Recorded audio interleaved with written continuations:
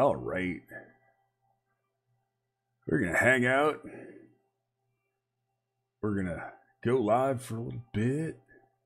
I know I didn't put an announcement up for this one, so I do apologize about that.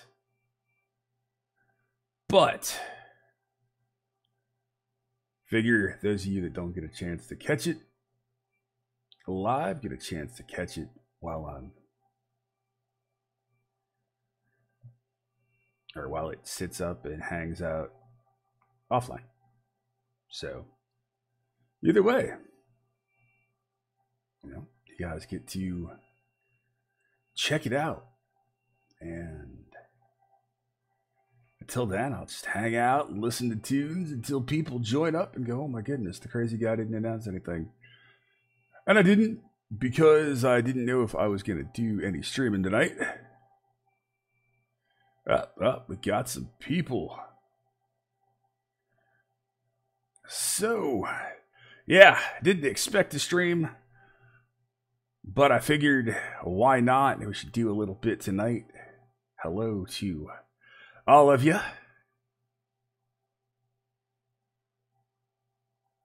And I'm going to do something a little different tonight.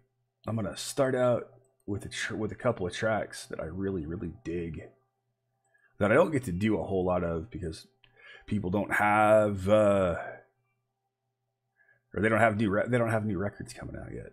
Yes, I am a humongous Evergrey fan. I have been a fan of Evergrey since Solitude Dominance came out, I believe. So, first time I got a chance to see those guys live was 2004 with Iced Earth and Children of Bodom. They were the opener for Iced Earth. It was Iced Earth and COB, or correction, it was Evergrey, it was Children of Bodom, and then it was Iced Earth. Unfortunately, I saw them at Jackson, DC, or outside of DC in Springfield. That venue, sadly, is no longer there. But their sound guy at Jack's kind of sucked every now and then, and the sound for Evergrey and Children of Bodom just was not good. Josh, make sure to post that or hit me up on Facebook and let me know, because I'm probably going to lose track of it if the screen drops or something. So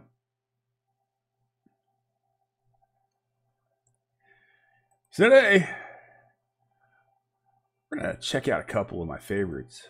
Or one that some of you might know, some of you might know of, some of you might not. And then go to one because he's actually the new bass player for the band Byzantine that most of you may not know. First track we're going to check out tonight is off Byzantine's last record. It is the final track on the record, and it is called Verses of Violence. If you haven't heard Byzantine, I feel sorry for you. They're such a fantastic band.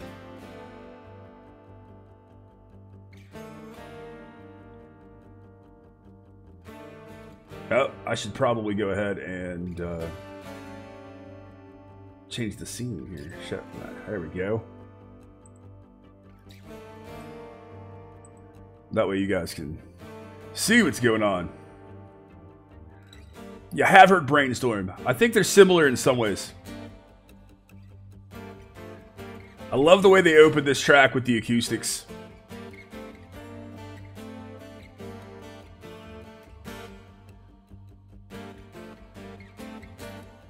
Yeah, 1:20 a.m. That's typically when I'm shooting videos most of the time, to be honest.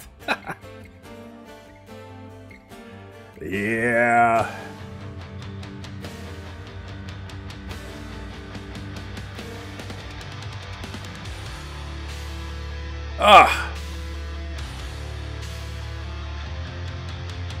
Oh, you guys haven't heard anything yet. This track is a monster.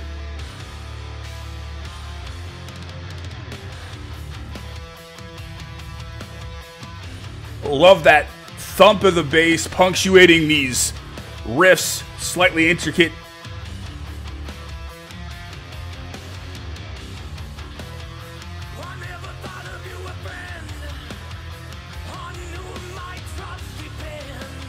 Will do.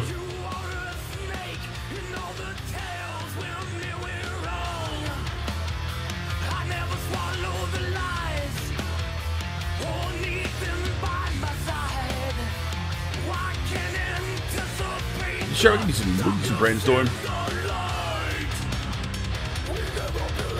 That shift, big ride cymbal work, and that massive riff is so slick.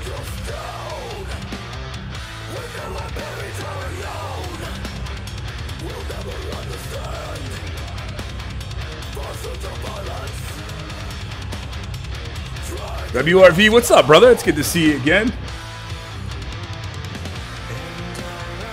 The first time I heard this track, when I got into this chorus, I was completely blown away. This is actually their guitar player, Brian Henderson, doing vocals here.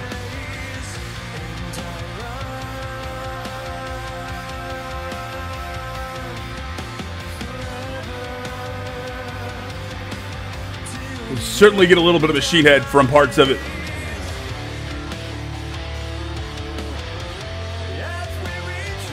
And this is back to their rhythm guitar player, OJ.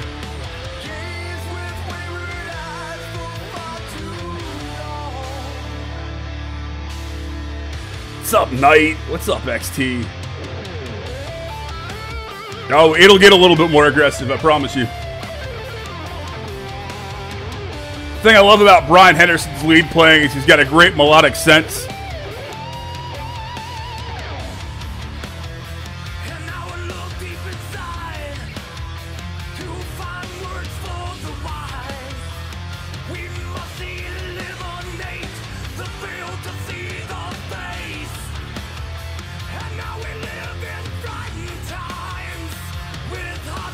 Brother, I hope to get the next Coheed reaction done by the end of the month. I'm a little backed up. The sickness kind of got to me.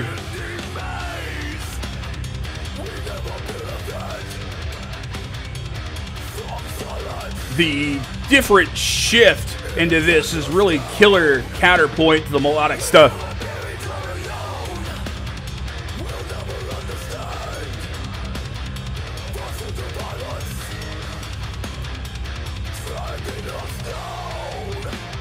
But the best is yet to come.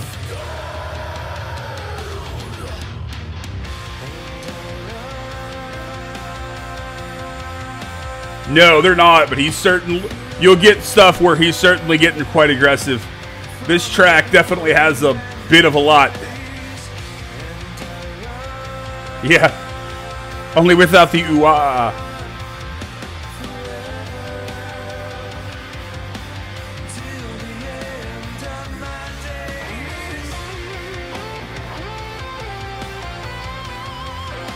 The emotion really imparts so well in these solos. Yes, the bell is incredibly clear. They did a great job there. The guy that mixed it is amazing.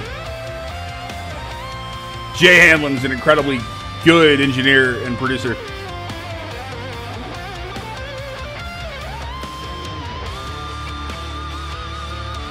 That big vibrato there. I like how they drug that out with some delay and reverb.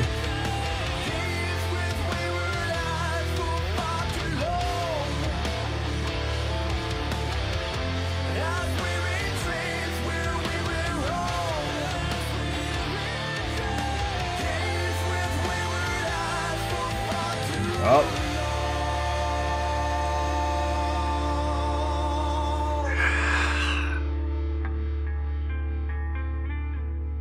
Here's a little bit of a change for you.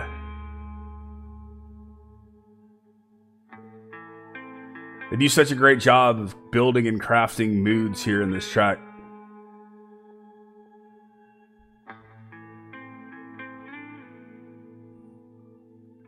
Yeah, because that's really good stuff, man. I was really blown away when I got into them through the channel last year.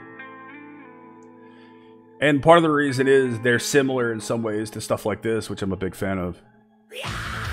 I know you guys were not expecting this. I wasn't at first either. Very black metal-like influence here.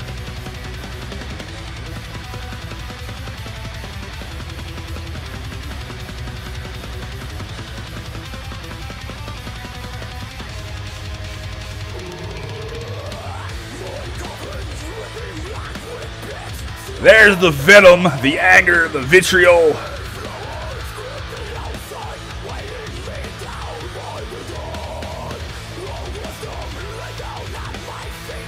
You can feel the anger and the fury coming out of his voice.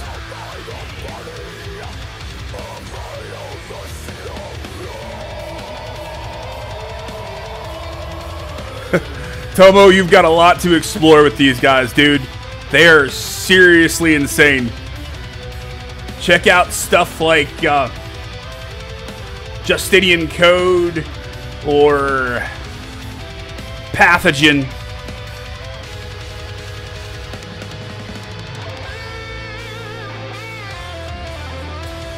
Yeah, these guys are phenomenal.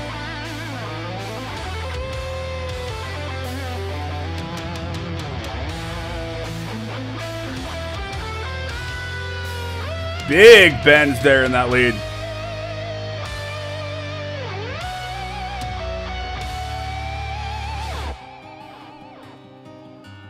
And the way they drop out of it here.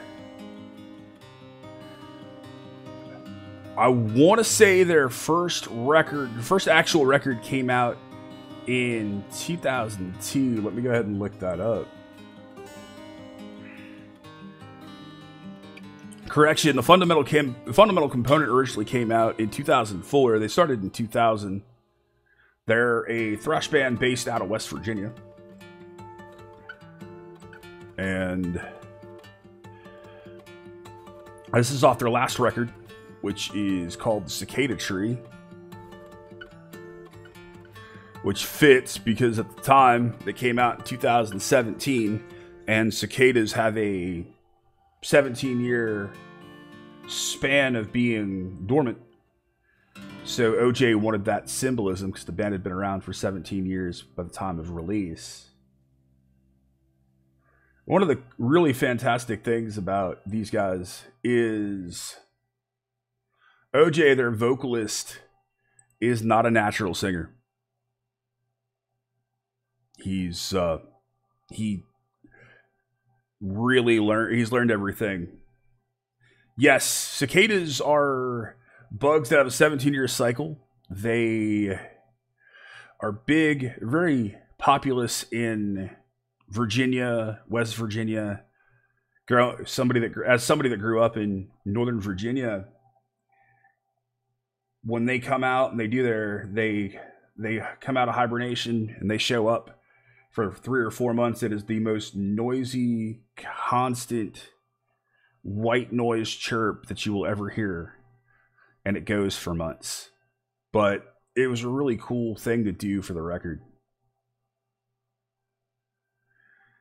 I'm going to do some Brainstorm first here. It looks like... What was that recommendation here? Find it.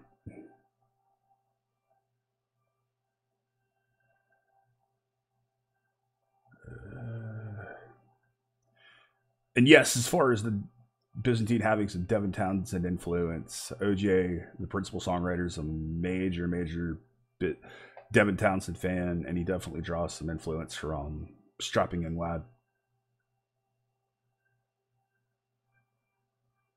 All right. Brainstorm's Ravenous Mind. Let's go ahead and find that.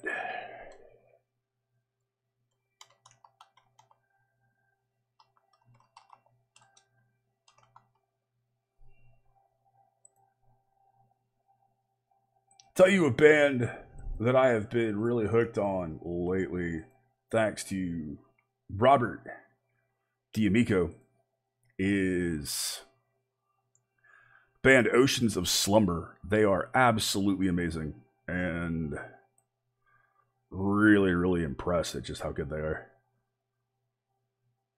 So, Brainstorm, man. I haven't done a Brainstorm track. I certainly haven't heard this one. This is clearly off their new record. Also coming from the same record label that Evergrey's on, from AFM.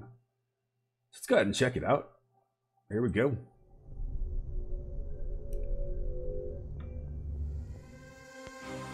Crossing my life, ravenous minds, falling till I disappear. big vocal layering there.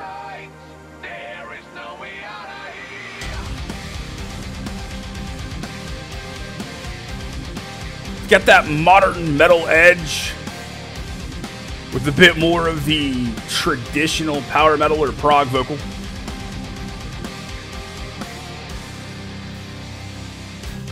Look in my eyes and see behind the veil of obscurity. Get a little bit of James LaBrie and some of those other singers in his vocals. A little bit of Russell Allen in there as well. Got a really strong mid-range.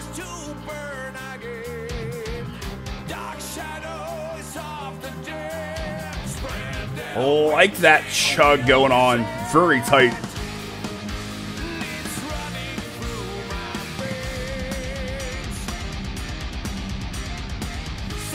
Certainly get a little bit of old school Evergrey in the riffing. Something that you might expect from Solitude Dominance or Dark Discovery. So they're tuned a bit higher than Evergrey tuned these days.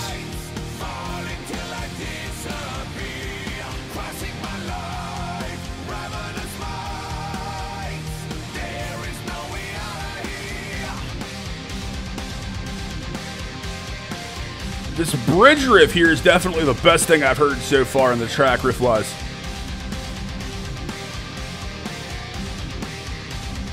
Those little harmonics are very cool. Nice and nuanced.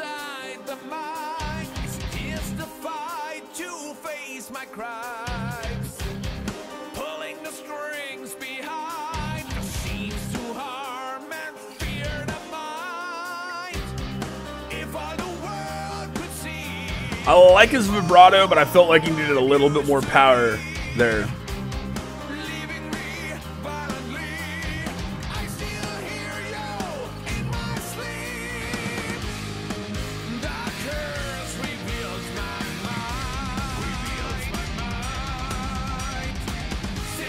The cymbal works really clear. I do like that in the mixing.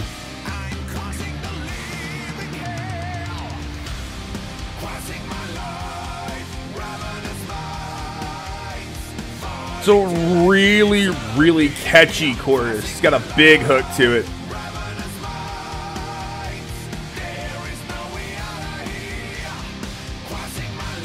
I like the shift into that big crash drum-wise to add emphasis to the way the chorus is growing.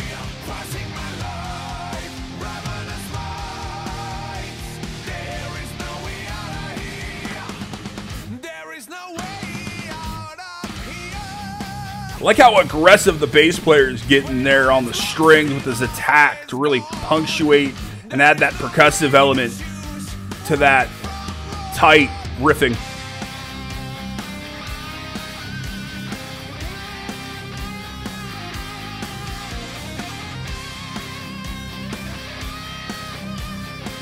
The solo's really, really clean. He's done a great job of writing his melodies out when he composed the solo. Get that doubling in there to harmonize.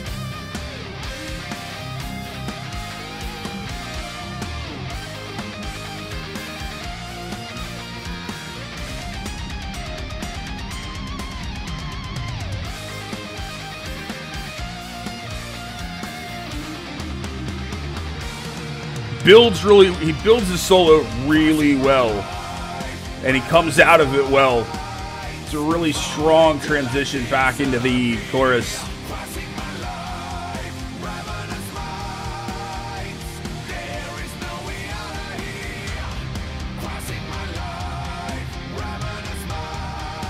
I like how that tom pattern is interacting with the riff.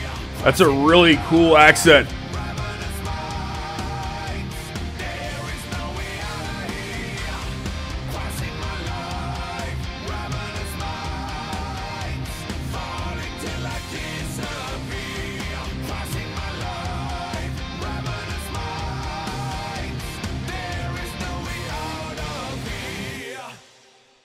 All right. Brainstorm, Ravenous Minds, getting a little bit of prog in here. And There's a lot to like about that, man. There's a really great track. I mean, it's heavy, it's accessible, it's got that modern edge with some of the riffing and the polyrhythms. There's really strong chugs driven by some killer, almost lead-like work with the way they throw into those riffs. I can certainly see the Evergrey comparisons, though they aren't tuning as low. They're tuned up a bit as compared to where Evergrey tunes down these days. Evergrey are typically like a drop C and a drop B band these days because Tom can't sing a whole lot of that stuff higher keys anymore. But that was really, really tasty. And I really like how the lead guitar player structures his solo. That's really well written. You can tell, as opposed to just sitting down and wailing away, he really thought about where he wanted to go. And decided he was going to go that route. So really like that. Big, anthemic. There's really a lot to enjoy. Gonna have to get around to that record. Of course, right now, my biggest problem is I have got so many records that I want to do full videos on. Just listen to the record here on the channel for you guys. And I just don't have the time to get there. It hasn't been that long, brother. It's been about 22 minutes. You can catch the rest of it when it goes up. I just decided I was going to stream tonight. I had a lot of people asking, hey, are you going to stream? And I thought about it, and I didn't know if I was going to. Then I brewed coffee and decided that I was going to stream. So, man, it's great to see so many, a bunch of you guys, 20 plus of you guys turning out for a completely impromptu, unplanned stream. Figured it was Friday night. It was right around 7 p.m. or 1900 my time. I figured I'd go ahead and jump on for a little bit.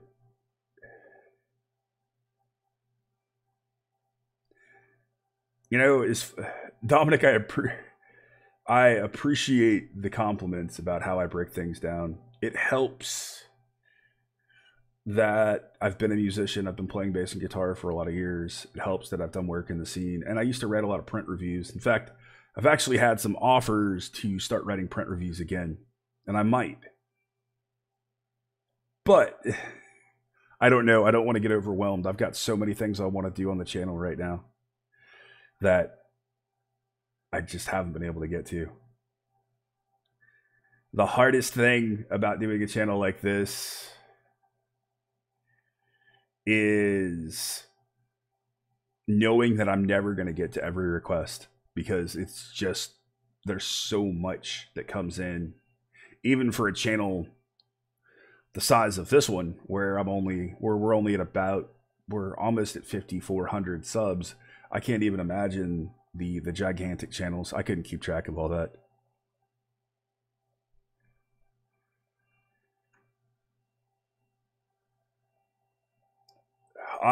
Adam, I have only listened to A Silent Arc, and until I listen to the record itself on the channel, I'm not going to listen to anything else on the record.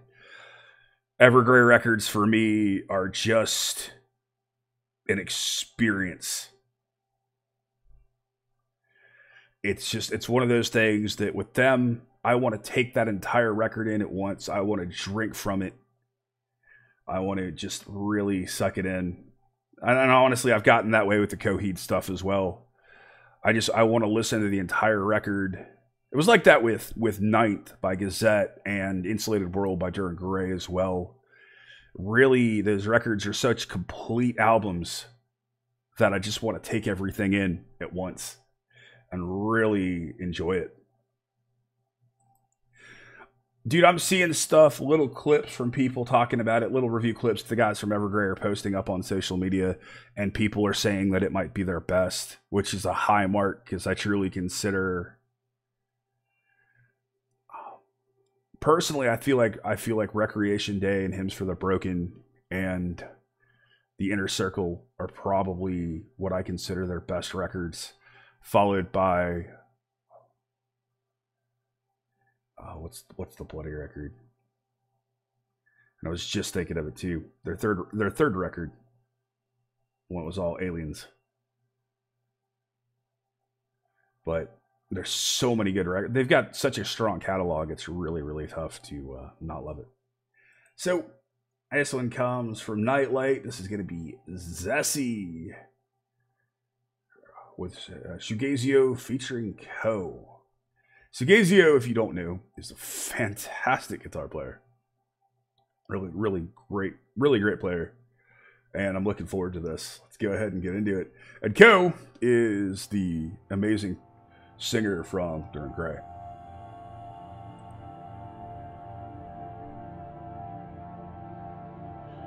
Evergrey are amazing, dude. I've had so much interaction with them over the years. They're just great people. Wow.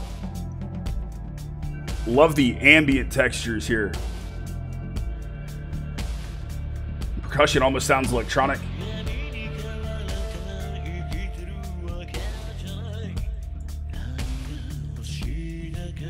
Ko has such a rich timbre to his voice when he sings low. And he's got such a unique voice. Wow. The effects they're using on that higher register of his, it almost sounds like a keyboard or a synth passage. That's awesome. That low rumbling bass line feels a little foreboding. Makes you feel a little on edge, which certainly works with his voice.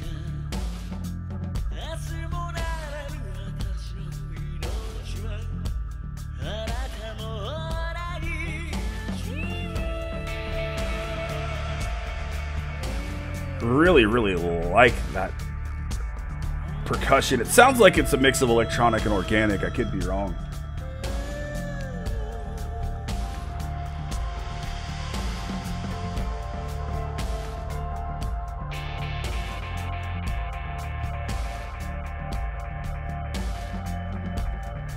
This is really haunting. I love it. I'm waiting for it to kick in. Oh, listen to those rich acoustic textures kicking in. It's clearly electric acoustic. You've got some delay, some reverb on there.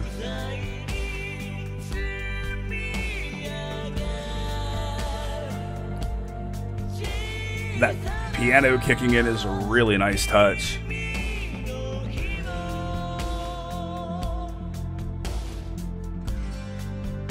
That's beautiful.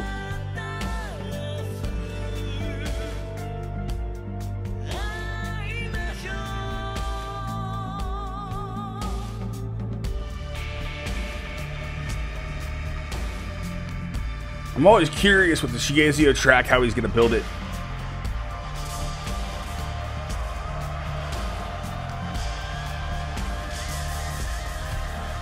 All these different textures are really awesome.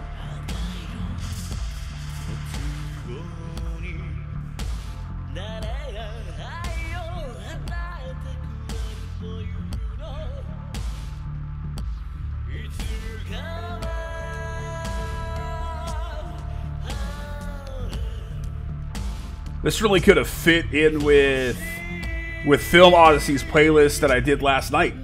It really would have worked.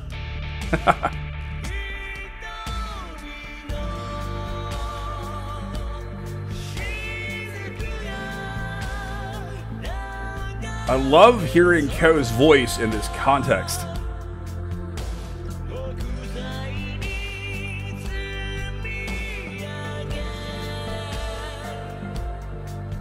Taz, what's up, darling? How are you and Will?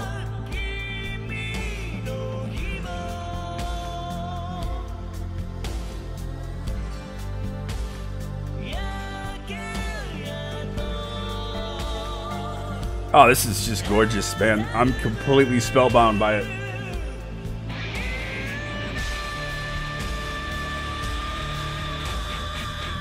Wow!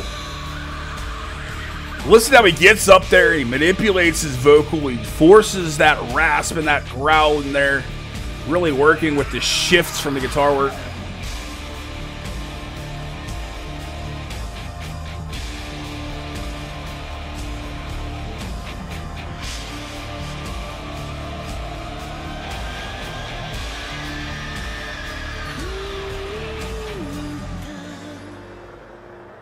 Wow.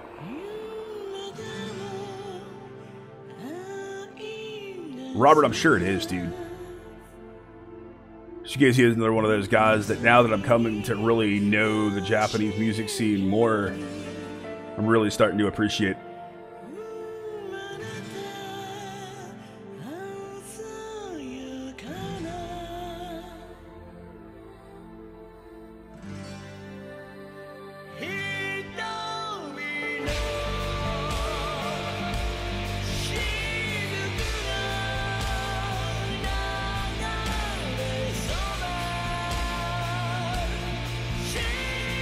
Really love how this song is built and just kind of ebbed and flowed, swelled and relaxed like an ocean. It's so fluid.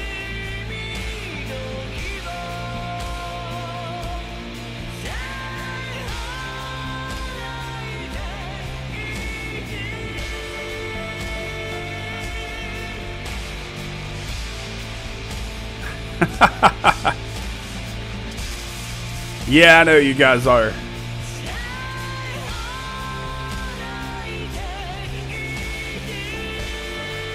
I've definitely learned that lesson about J-Rock and VK fans over the past almost 16 months.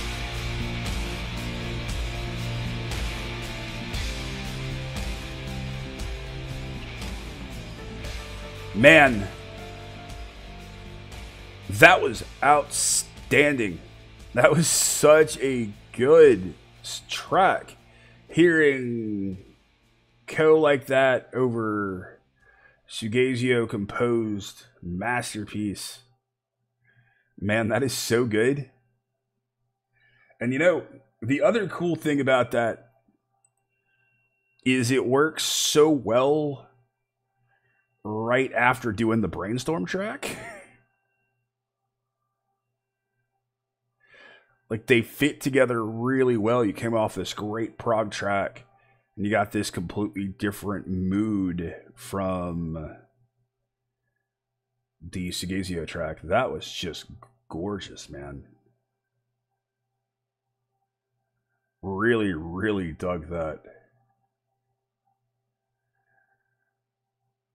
That's the question is what have somebody linked me next? That's a phenomenal track. Really enjoy what Shoegaze does, and I like the way he chooses to compose what he's doing.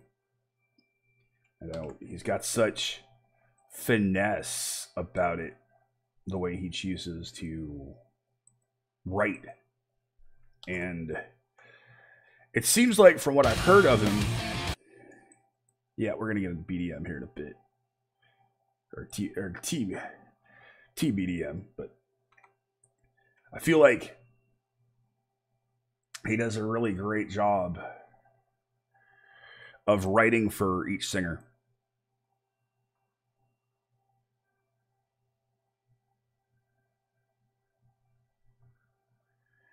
Avantasia tracks are great, but they tend to drag on a little bit sometimes. I hate to say it.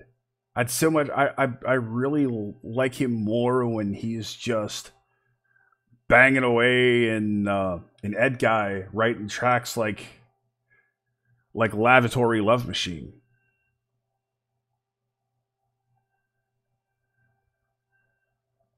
And yes, if you guys have not seen Ed Guy live, you are completely missing out. They're fantastic.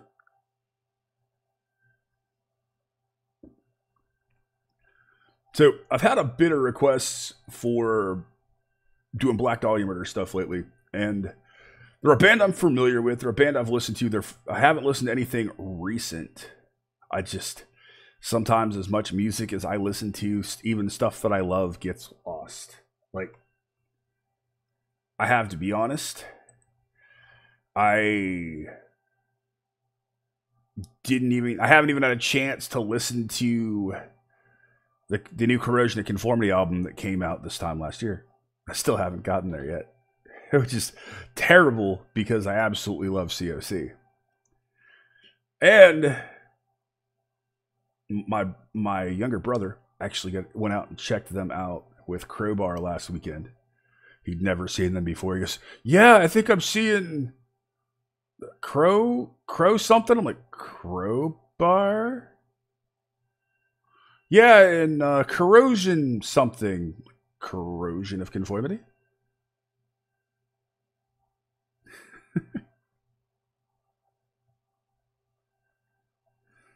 So that was, it was kind of funny to listen to him talk about it.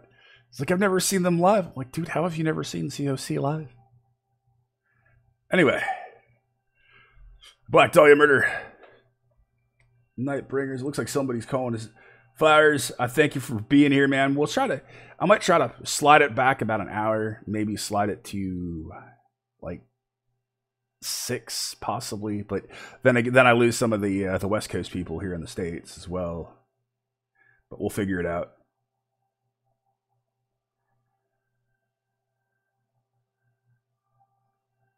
We're gonna go ahead and check out some BDM. When was this one released? Let's go ahead and take a look at that. Now, this is 21 August 2017. Yeah, I have not heard this track yet. Came out right before I started the channel. Black Dahlia Murder, Nightbringers. Here we go.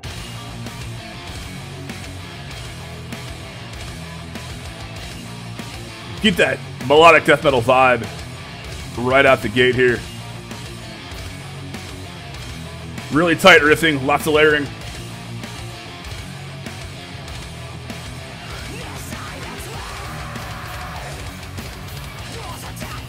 I like that, how that riff's evolving.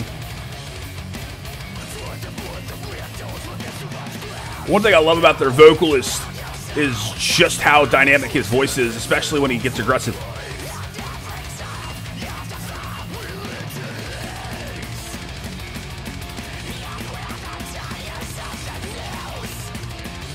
I like the counterpoint going on. You've got that strong main riff, and then you've got the accent riff going on the other side there.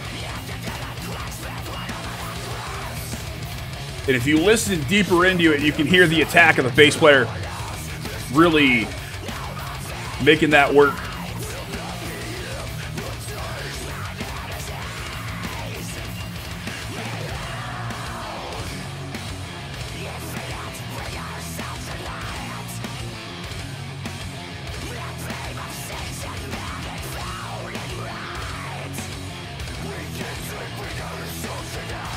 I like that vocal layer in there, really helping with the attack backing vocals.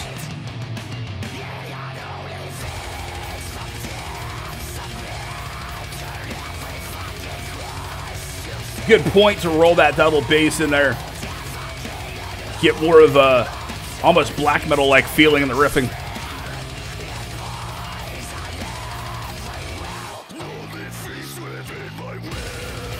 I like the way that they let that bass breathe in the mix for a second and punctuate.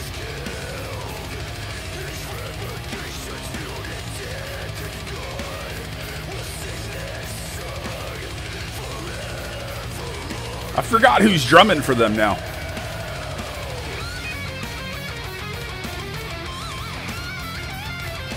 It's a really interesting solo too. It contrasts the rest of the track. A lot of tremolo usage.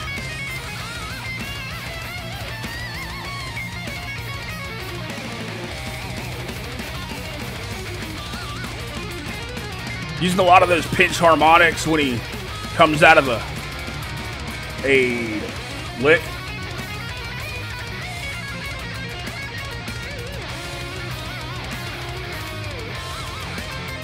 Right. Shannon Lucas is a beast.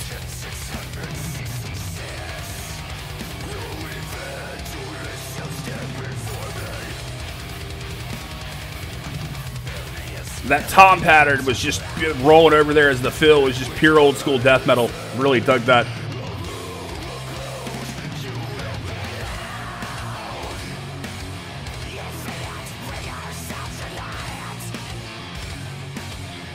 Alan's clearly got incredible feel for being a technical death metal drummer.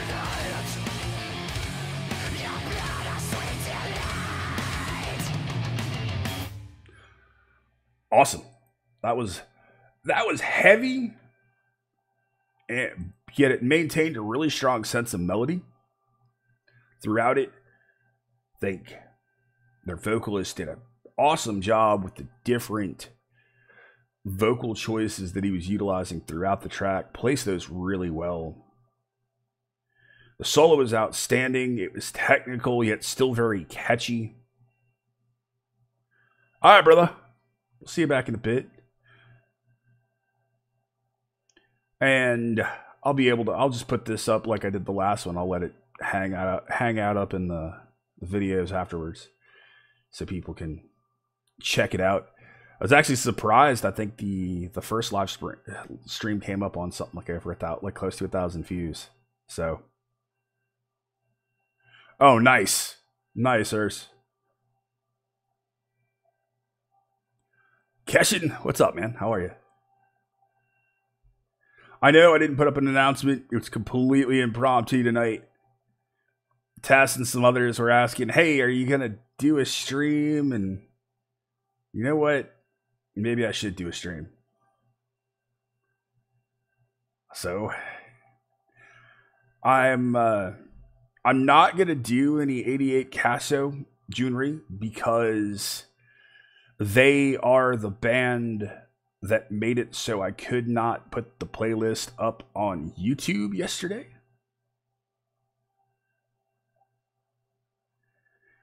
Unfortunately, that video was blocked worldwide,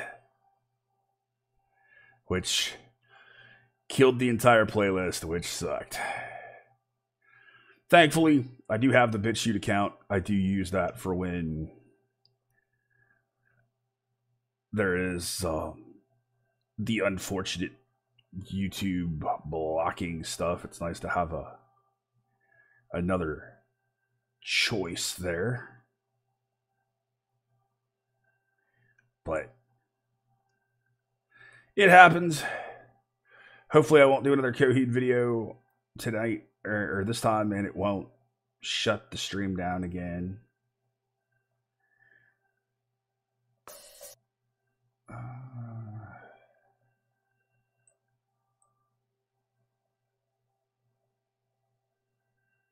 Panopticon. Atmospheric folk black metal from Kentucky. All right. Sure, why not?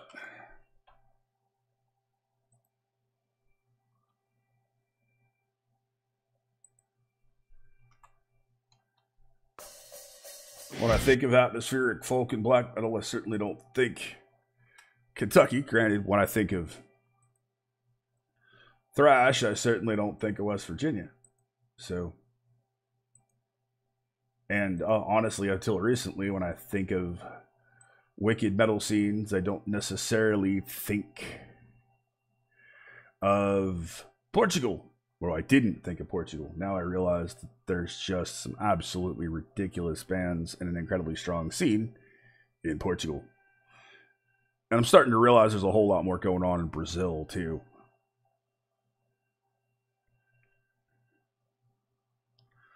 So let's go ahead and do the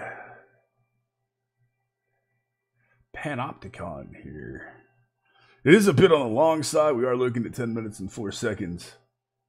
But let's go ahead and see what we've got.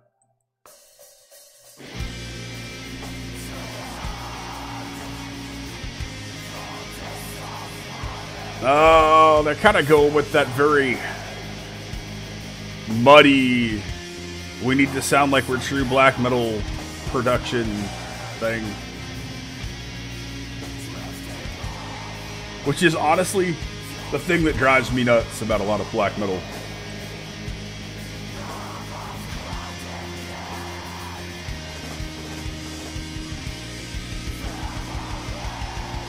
Ah.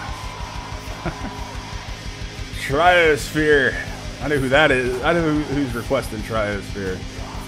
Has been a while since I've gotten to them. Some really cool snare work. But the drums just sound so muddy. The entire production sounds really muddy. But the kick, it's all percussion. I'm not really hearing, it's not articulate.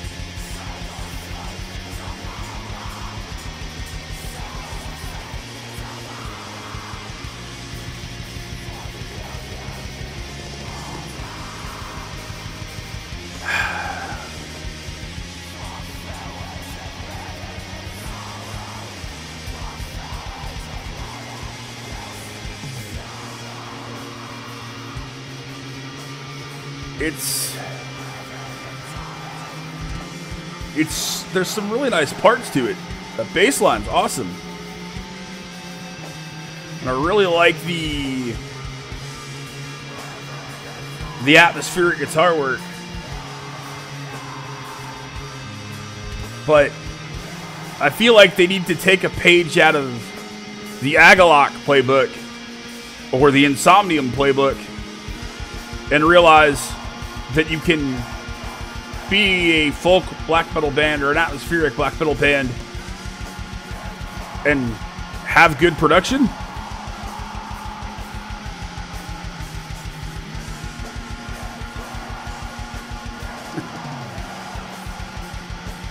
Ah, the woo. I used to get a lot of flack growing up about the woo.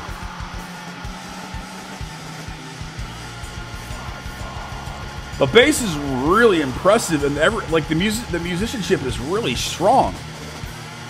But it's just mixed so badly; it's so hard for me to connect to it. Like the drummer's doing some really killer stuff, but the kit doesn't sound cohesive, and it's just so muddy.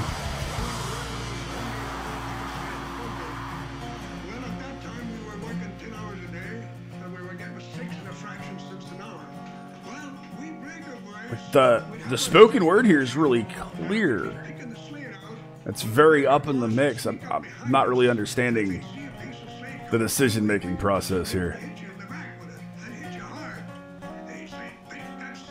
These guitars are really clear.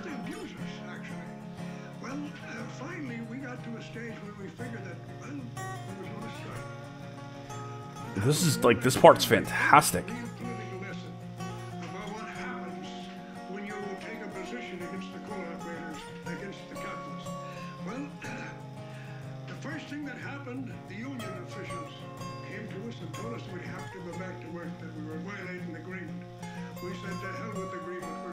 I like Power Trip. Power Tripper, they got very hyped up this past year. They've got that very old school throwback feeling to them.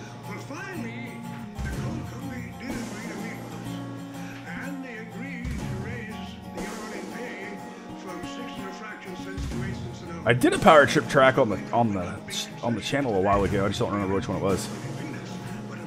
I figured it was because you see the coal miner in the background of the album cover.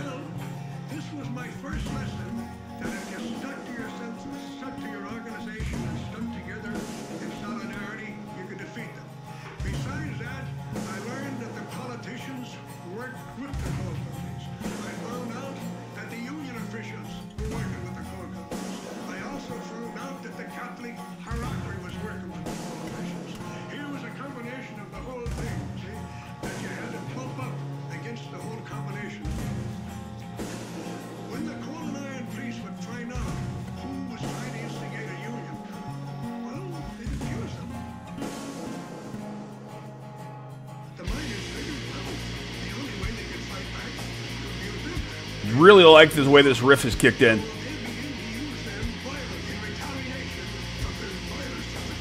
Really strong melodic sense there.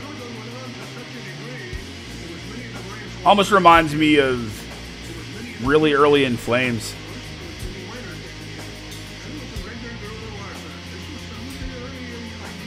Really, really like that riff.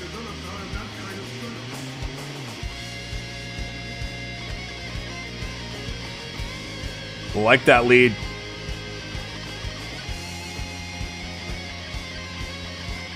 I like the way the track is evolving.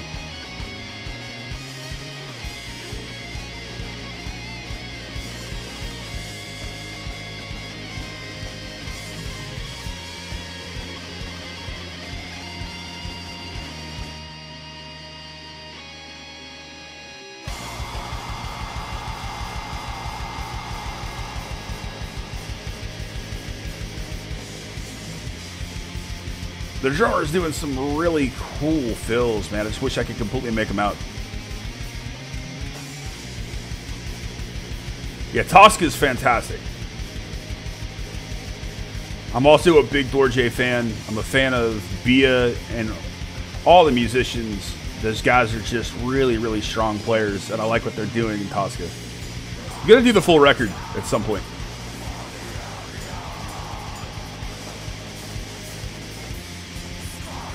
Now the vocalist shifted almost to a bellow. It really does kind of remind me of Anders Frieden back before he forgot how to growl.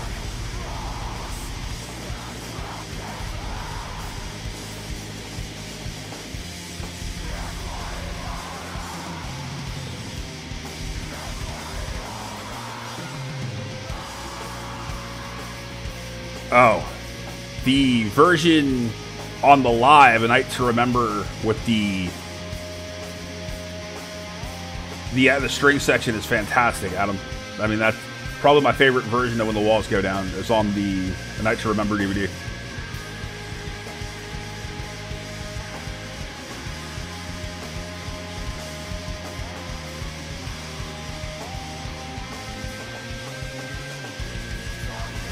I like how they shifted that double bass cadence up.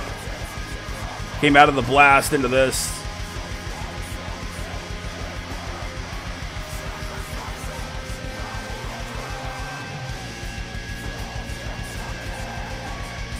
Have to look up the lyrics, but it's clearly really talking about the coal mining issues that you find in places like West Virginia and Kentucky, which really depend on it.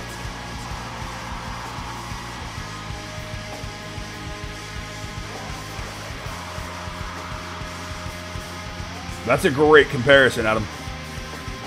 It's really good. It's a really strong track. I'd like the mix to be better. I wish they took a more Agalok-like approach and had a clearer mix. But the track has really grown on me.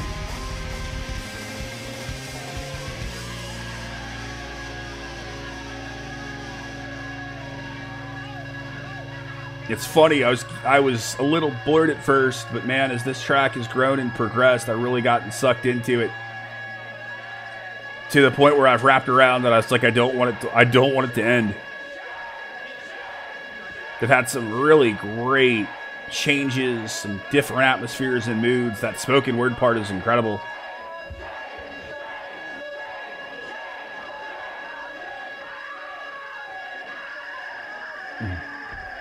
And I like how they left out with the protest samples here.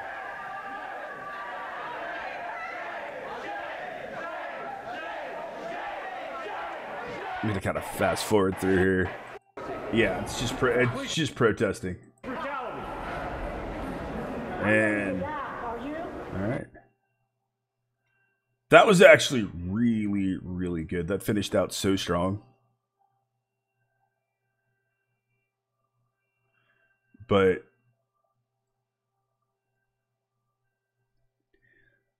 it really kind of caught into me. I agree with Adam. That spoken word, when that came in, that dropped out, they got those beautiful acoustics in there.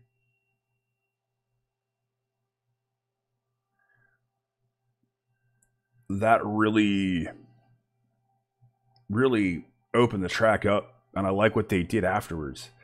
Also like that another band is attacking and discussing the issues that happened in coal mining states, where a lot of those parts of those states, Kentucky, parts of Tennessee, West Virginia, Pennsylvania, are really dependent on coal mining industry and the steel industry, which is still kind of there in some spots, but it really disappeared decades ago. Thankfully, it's coming back.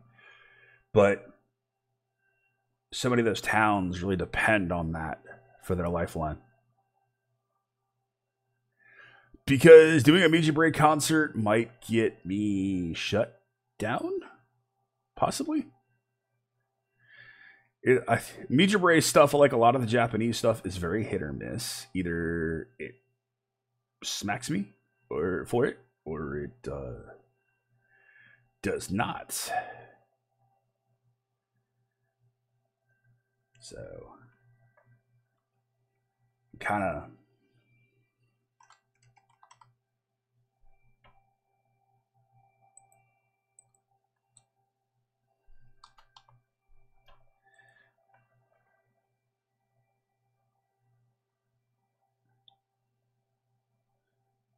do the album version. I'm not sure how that Prog Power Live video is gonna shape up, but it's been a long time since I've done some Triosphere. Might as well get back into them.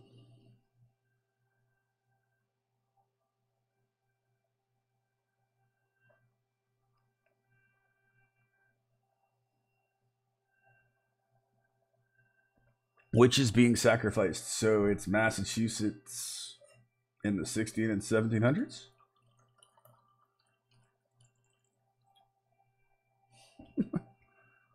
I'm sorry, I'd never speak bad about Massachusetts.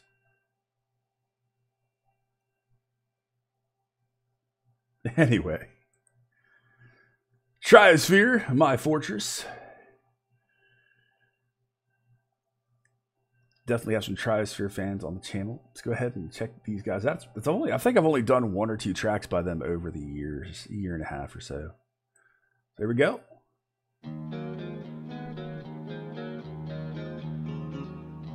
Riff right off the bat, right out the gate here, reminds me of Iced Earth riff. It really does. Totally, the way it progresses. Really hearing that Iced Earth.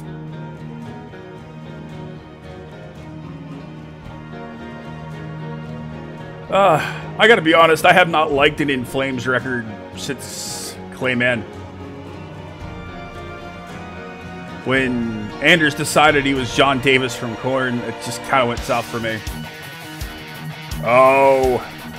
So it goes from Iced Earth to And Justice for All era Metallica. That almost sounds like Blackened a little bit. Yeah, that riff is so similar tonally and progression-wise to Blackened. Really works, though.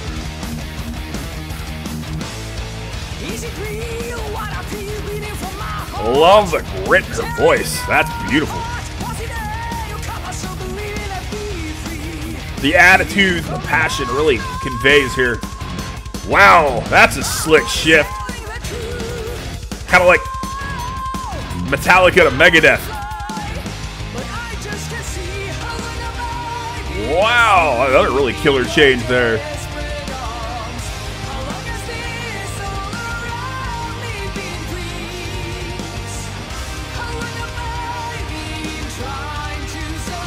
A really killer way they're moving through their progressions. She's awesome.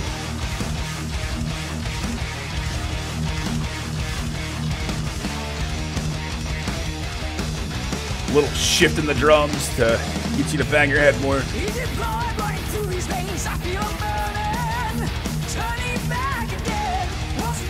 This riff has got such a great groove to it, man.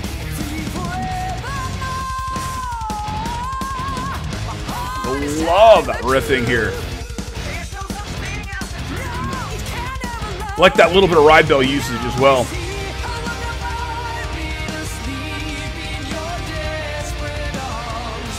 This chorus is so incredibly catchy.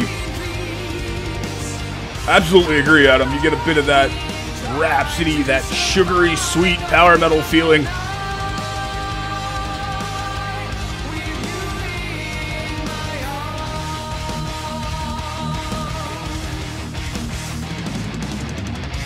That was an awesome fill. And the way the entire band rolled with it. Really tight. Oh, getting a dive bomb. Surprised it didn't come off the dive bomb directly into the solo, but it worked with a little bit of a pause.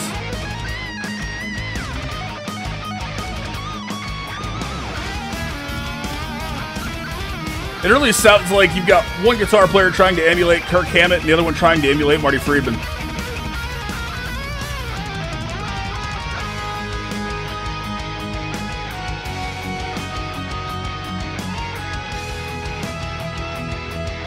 And then you kind of get almost a power metal feel. The solo is constructed really, really well.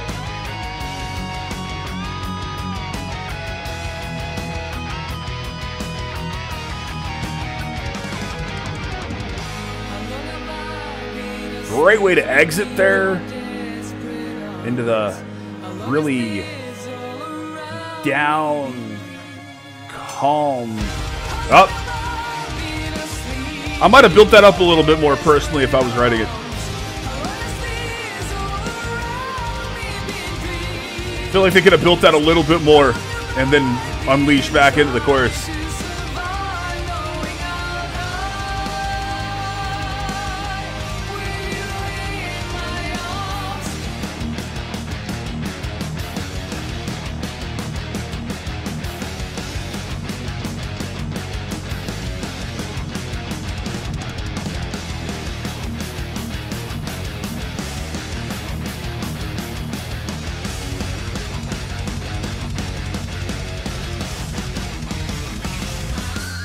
I like the way that snare played with the riff as they exited the track. There's a lot to like about that one, man. That was really good. I've enjoyed what I've heard so far. The pitch harmonic there at the end was definitely awesome. It kind of feels like... Yeah, I definitely agree there was a touch jarring there at the end. It was like, haha, we're going to do this, and now we're done. It's like they took a bunch of influences, they tossed them in a blender, they hit the ridiculously fast blend setting, they threw some alcohol in it, they poured it out, and they said, that's how we're going to write this track. There's a lot of different influences from power metal and thrash in there. But it all stays really cohesive. Other than that little jarring transition coming out of the chorus into the end of the break, back or out of the solo into the break. It's possible, dude. It's possible that I might get some Deer Hunter tonight. We'll see. Honestly, I'm just going down the list here of what people are posting. I'm just kind of trying to do it in order. Though I'm trying not to repeat people. I'm trying to make sure that I get a request done from each person that's throwing something up first, and then I'll try to go back and see if I can't catch some repeat stuff. But I don't just want to grab from the same people the entire night. I feel like that would be unfair.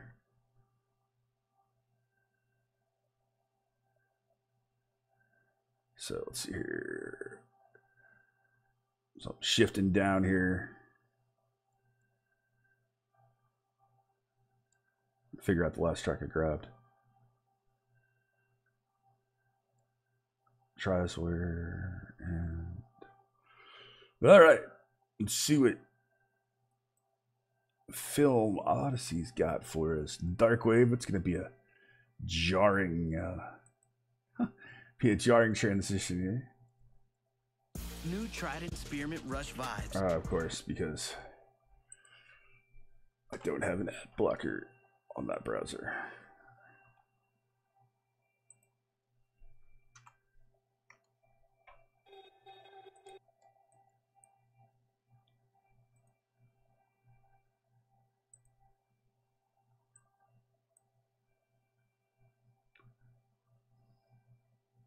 Metallica combined with Rhapsody, absolutely. Get a little bit of that Megadeth in there as well.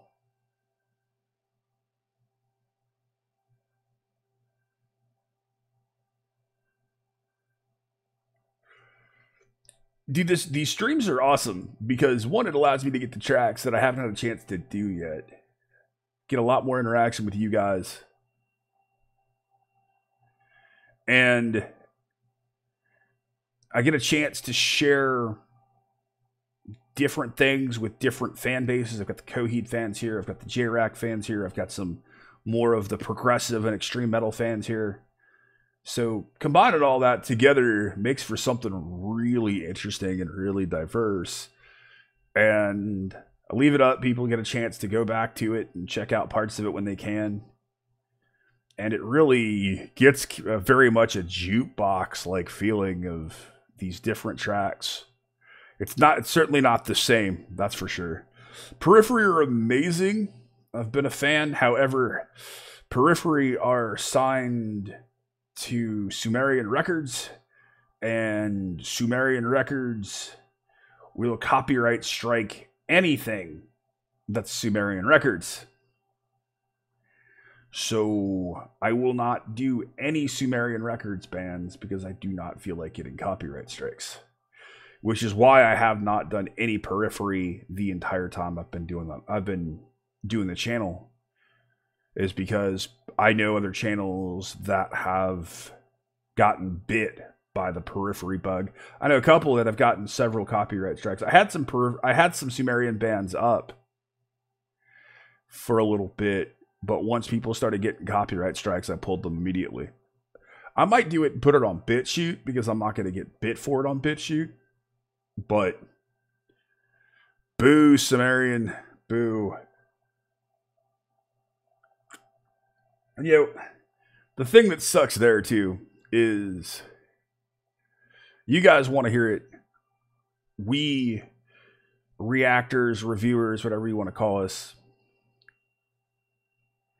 we put a ton of work into getting this stuff done, and then we get nailed for it.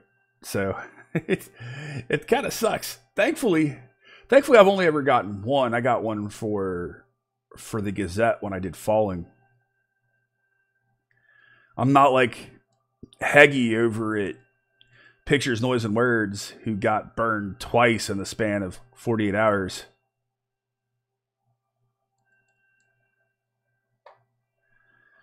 And he came close to losing his channel. I'm so glad he didn't, because he's a great guy, and Paz is awesome as well. I'm going to eventually do a podcast with them for a couple hours and just cause some trouble. So this one's coming from Film Odyssey, who's definitely big into his electronic stuff and his darkwave. The artist looks like it's Veljanov, and the track is his Vita. And here we go. I like the way this is starting.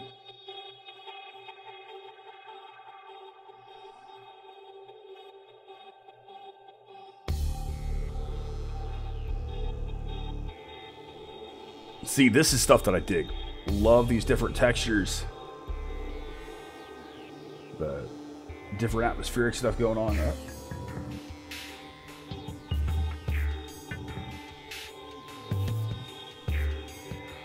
I like some of those tones that I've got going on. It's very organic in nature, but it's not.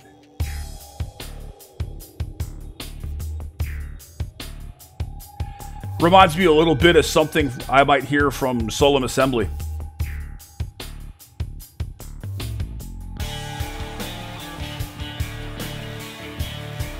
I haven't gotten a hit from Psy yet, thankfully.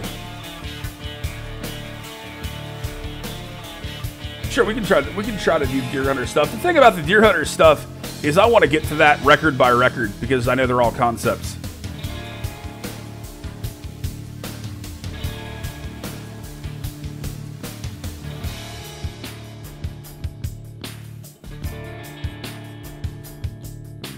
Well,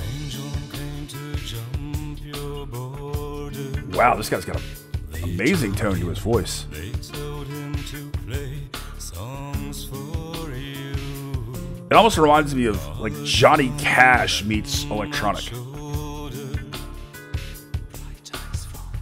Like that spoken word right there. Getting a little bit of like Nick Cave and some of those influences as well.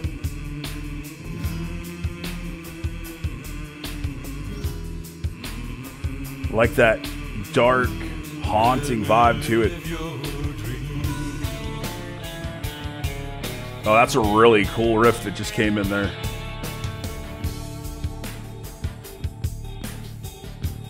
This is a good call, dude. This is really good. Dreams fulfilled and stormy visions. First class Sorry, Scott. endlessly will destroy a peaceful border with gifts and prayers died in sin. Yeah, that's why yes, Adam, that's why I haven't touched the stuff from the Evergrey record yet, other than a Silent Art, because I want to do that record as a whole. I want to hear all of it at once. I want to really experience it.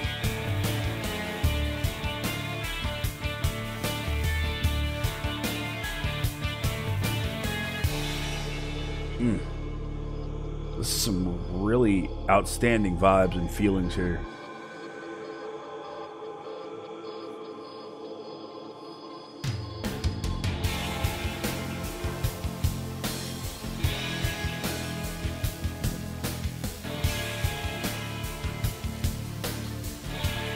Well, the bright side is, with the stream, is I'll put it up.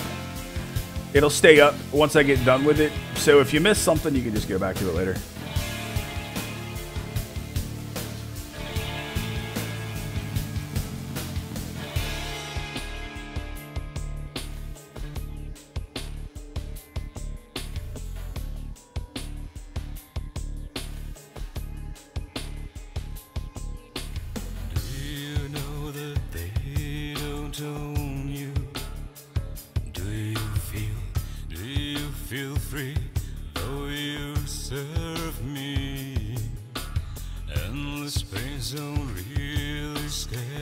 That might be on my end. It could possibly be. I know I'm here for saving you. Strange one came to jump your border. I really like the lyrics here. They told him to play songs for you. Wiser than the holy falcon. Bright eyes from sunshine's dignity.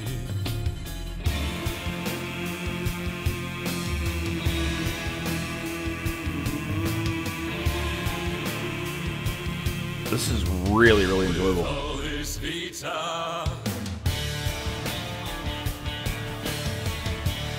Love all the different organic elements he's brought in on top of the electronics. Like that almost chorus-like effect there with all the different vocal layering.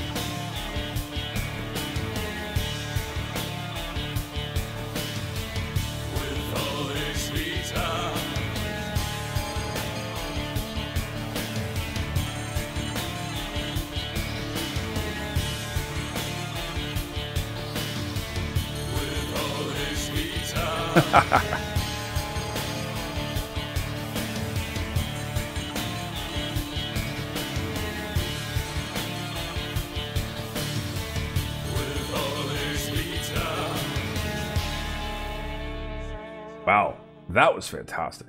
That was really, really good. It's another one I'm going to have to look into. Another one I certainly have not heard before. And what's up, Blazer? How are you, bud?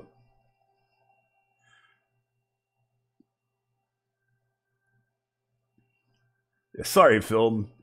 Like things that are a little more dynamic. check out Solemn Assembly, and they're a good example. Solemn Assembly and stuff like God Module, they're a good example of a lot of the styles of electronic that I tend to really dig, as well as, of course, the industrial, more heavy industrial metal and stuff like that. But that was tasty. There were a lot of great elements going on there. Love the way the song moved. Really liked his voice. He's got just a really beautiful tone. And it was really easy to... Yeah, I could certainly see listening to that as something in the background, as opposed to really focusing on it. But it's going to work either way, because if you do pay attention, you're going to catch a lot of these different nuances that are happening. So that was awesome. All right, let's see where I left off here.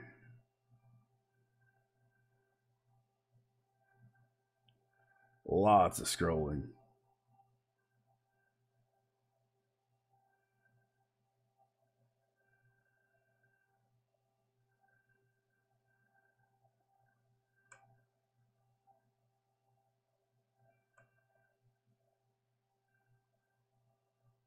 Great.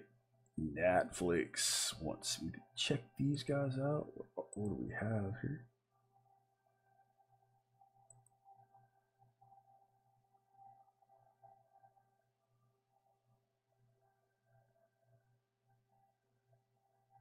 No idea what we're getting with this. I'm gonna bring it over into my other browser and see what we get.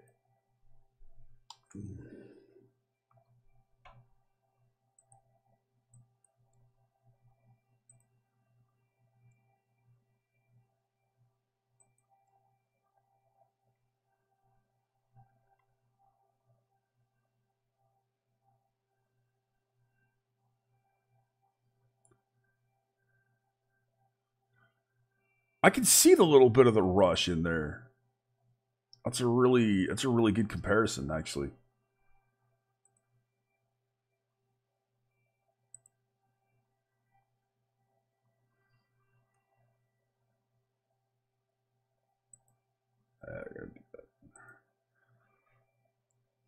All right. I'm not sure what this is. Za.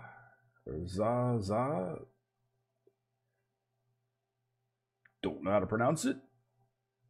But let's see what we've got. Here we go.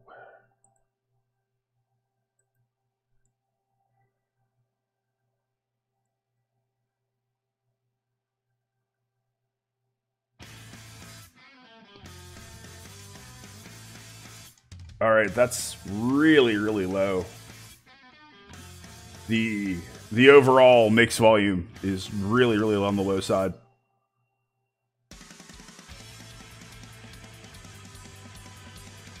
Interesting video, kind of old school VK in a way. Interesting to hear a blast beat there. Definitely those sparkly cleans that you expect from that more early style of VK. I have not listened to Astra.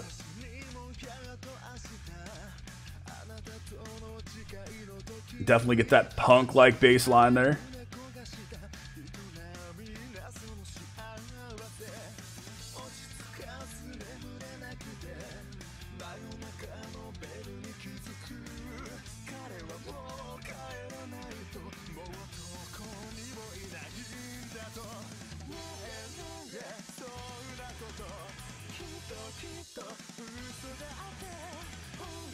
It's really interesting the way this is moving, but it's kind of familiar, very poppy, very easy to listen to.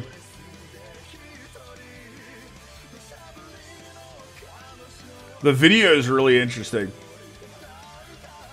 You've got the video, and then you've got this little bit they didn't paint, and I like that. But if you guys are having trouble hearing it, I know, or if I'm having trouble hearing it, I know you guys are probably having trouble hearing it too. I'll turn this up just a little bit for you guys.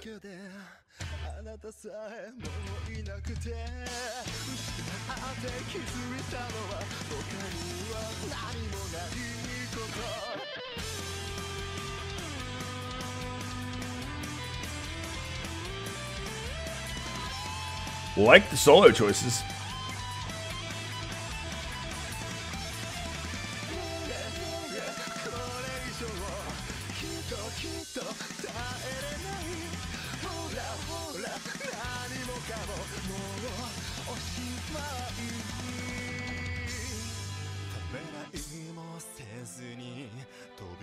Get those sits coming in a familiar spot. It's kind of like they've taken the VK blueprint and just ran with it.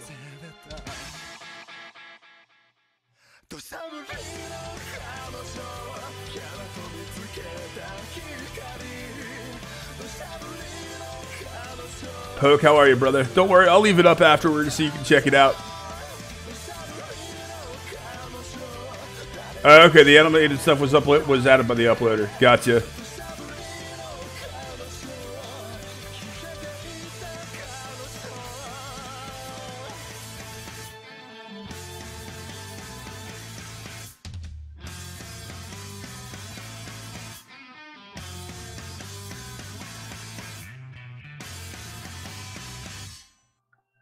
All right. It wasn't bad. I don't feel like it's anything I haven't heard. And I'm not sure there's enough unique about it to make me really dig it and really want to go back to it. It wasn't bad, but in a sea of VK bands that sound similar, I probably wouldn't go back to them over other bands. So I guess that's the big thing with them, is there's just not a great pointed difference to it.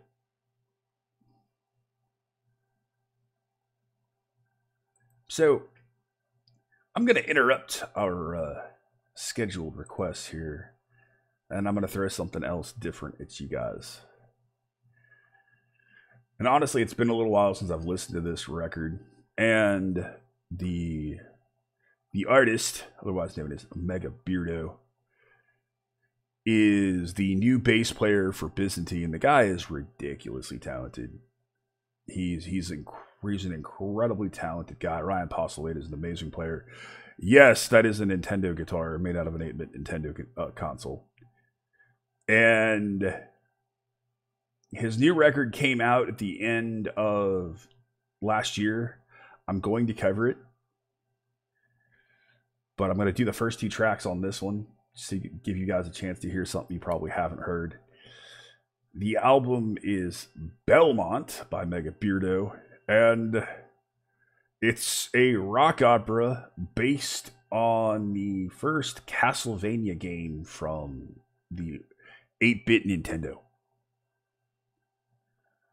And I'm going to see what you guys think. We've got some people that are into progressive rock and progressive metal. So let's give this to you. We're going to do Simon, because it's really short. And we're going to do Creatures of the Bloodline. And here we go. This kind of opens up the record and gives you a feel for what's to come.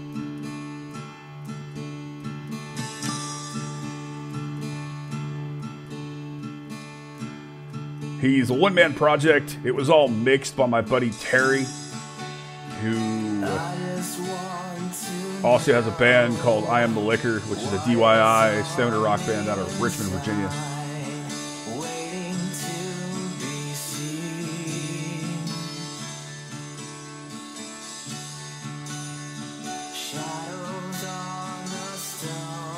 I'm not even a beardo. I can't grow the sides of my beard. I can only grow the goat.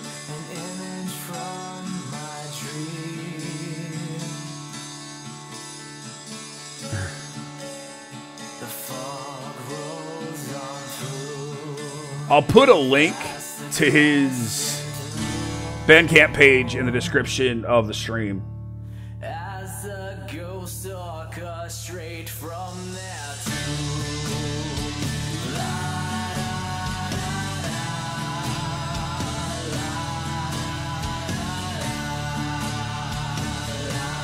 Got some great elements here. A lot of acoustic layering.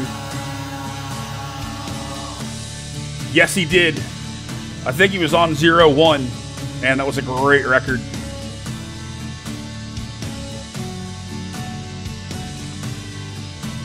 He sang on the latest Gates of Slumber record too. Or correction, Oceans of Slumber.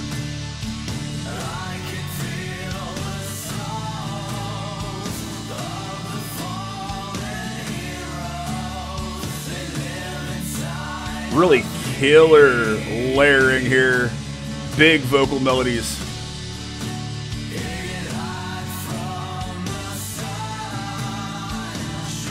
My buddy Terry says, hey dude, you really need to check this out. So I did.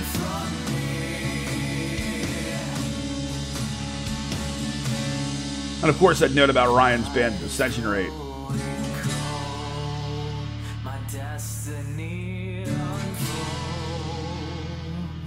Could have jumped straight into Creatures, but I feel like this really builds the record.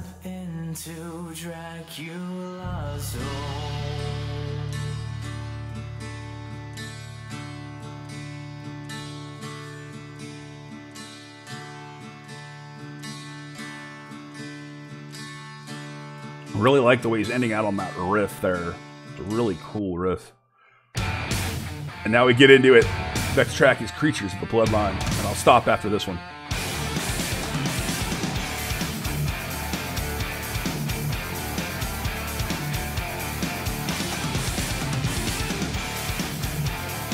Really get a feel for just how talented this guy is. He did all the guitars, the bass, and the vocals. The drums were... I'm forgetting who did the drums on this record.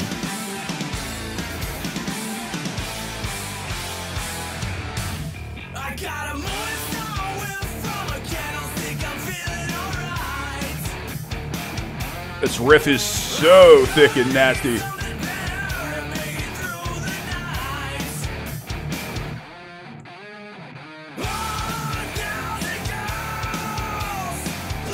The first track was called Simon. This track is Creatures of the Bloodline.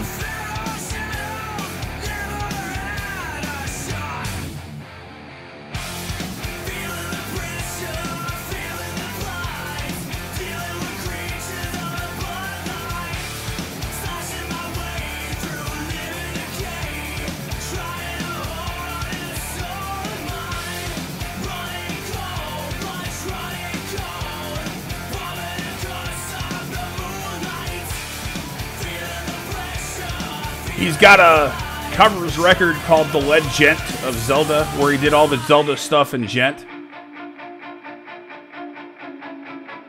Yeah, the riffs here are so tasty.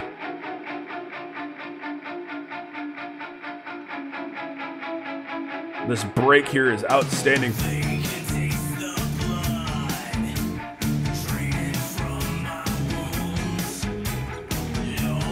Oh, you're welcome, guys.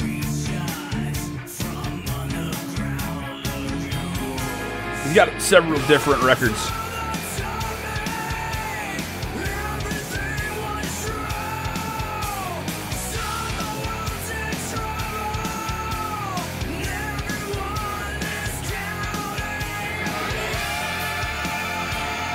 Ah, that way that riff comes in, the big lead line.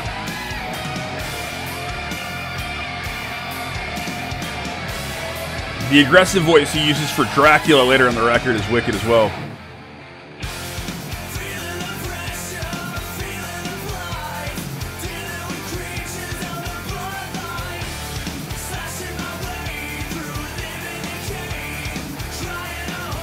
I've actually gone back and played through the first record while the first video game while listening to this record. It was a great experience.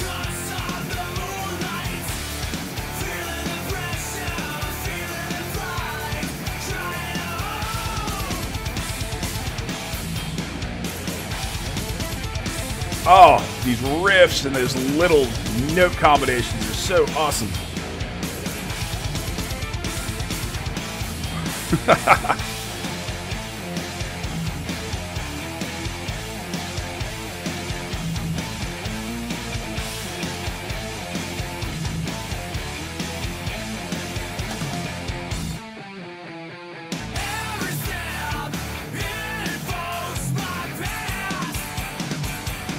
Those drum fills there are so tasty.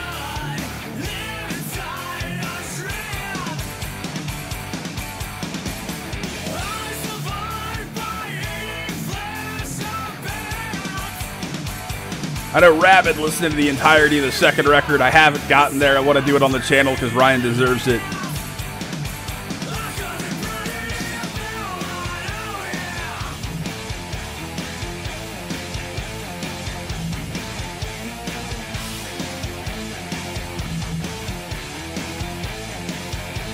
I cannot wait to see what happens now that he's in Byzantine. Oh, those riffs. I forgot how good those are. It's almost symphonic in a way. Those little harmonics that he's tossing in is really cool.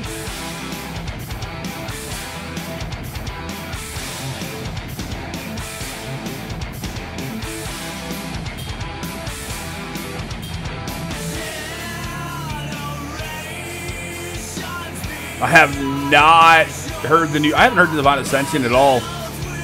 Tom's almost like Bjorn Strid. He sings on a lot of stuff.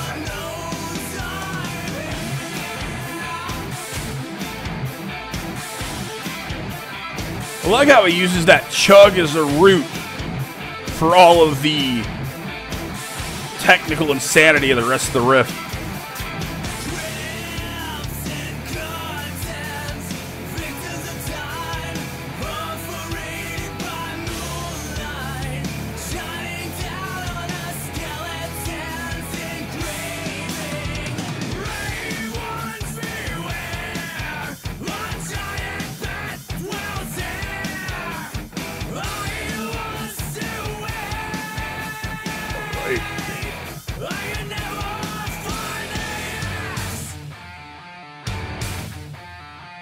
Love that tone there.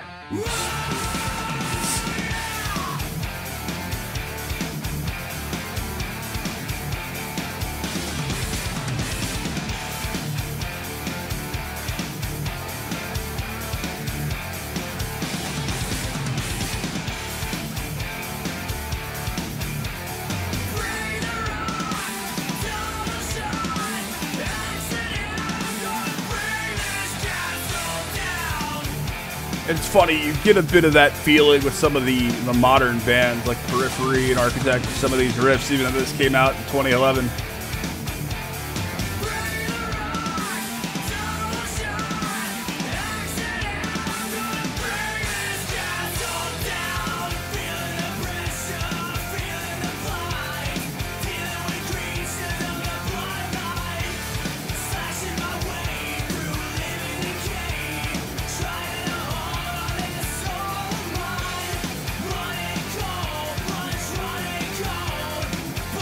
Oh, nice.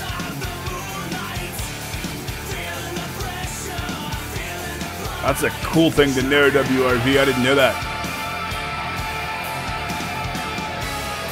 I know you've got to appreciate video game-like stuff, considering you do that design stuff for a living.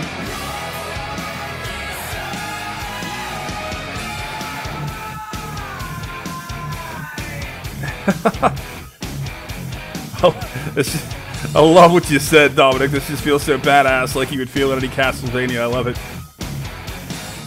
Well, that's a pretty good testimonial right there, my friend. All right, we'll leave it at that.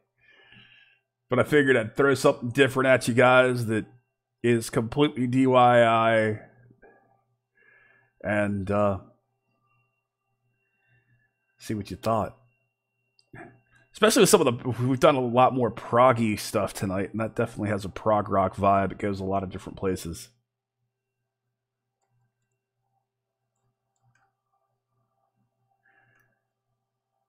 Now let's see what what we're getting to next here.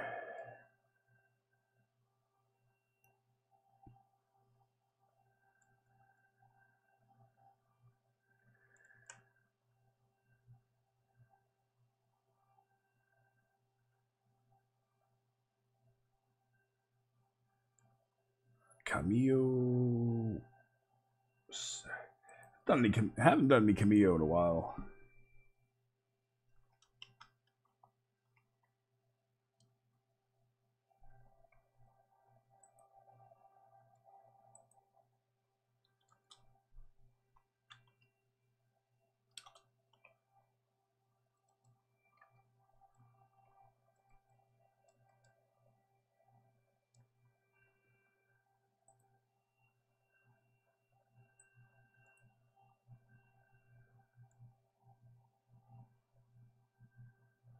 Glad you guys dug that, man. Really am.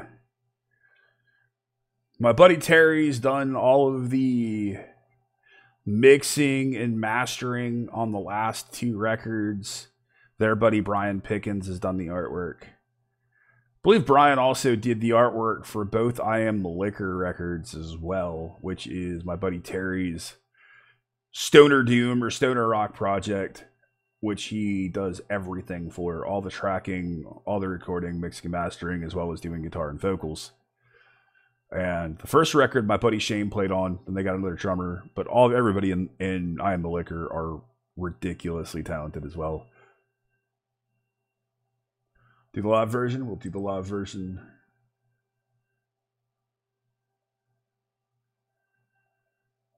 Fourth one down as I'm looking here.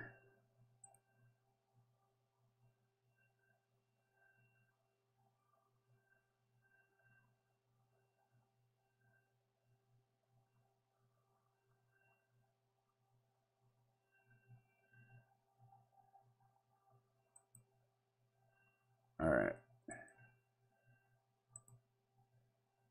This looks like a fan filmed live, though. I'm a little leery of it because it looks like it's fan filmed and it looks like we're not going to get a great sound quality. I'm just going to do the studio version.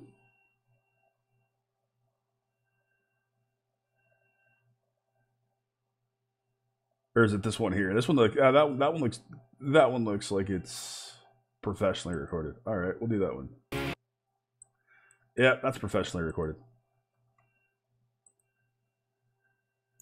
Yes, Belmont 2 came out a couple of months ago, Adam. Live at Zepp. Okay, we'll do Live at Zepp then. All right.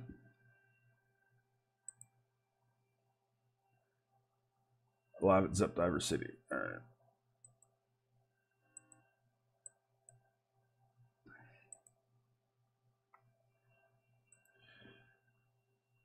And he's done, Ryan's done a couple of different things. He's done the Legend of Zelda record. He's got another band that he does some stuff with. And like I said, he just became the new bass player for Byzantine.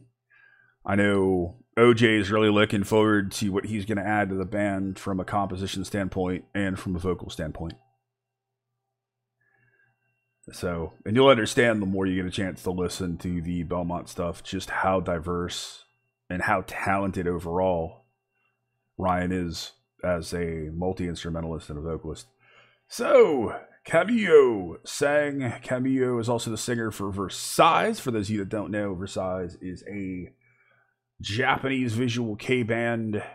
Goes off a vampire motif. Very neoclassical and power metal-y in the sound. I'm not going to do an entire concert, and that's what Live Zepp Diver City is. I'm not going to spend 2 hours and 18 minutes doing a concert, so that's too much. So I'm just going to do Sang 2 here from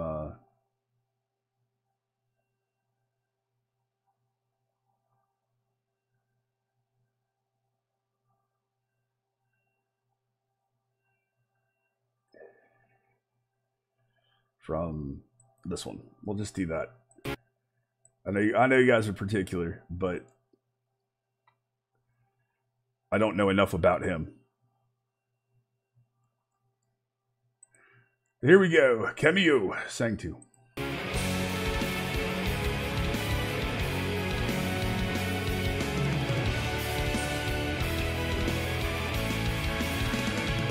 Kind of got a Versailles-like feeling to it. And you're familiar with Camillo, he definitely likes this style. Big and bombastic, lots of synth. Great fills, but I feel like the synths are up a bit high, which tends to happen a lot with synth-driven metal.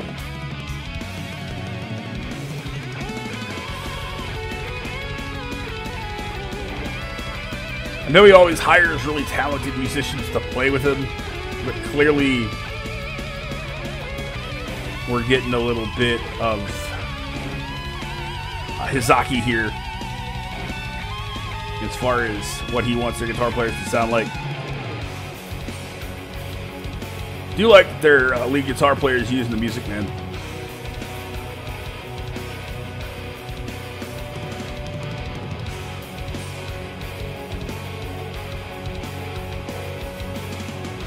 It's got that big and bombastic feeling that I expect from his stuff.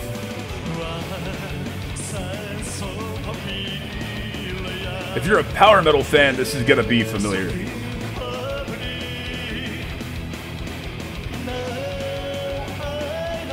Drums are pretty familiar for what you expect from power metal, that driving groove or a D-beat.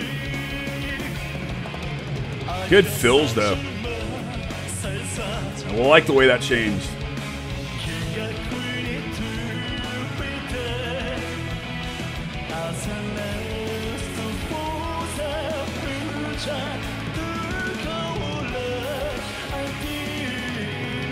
It's actually a good one to go to after Baldman as well.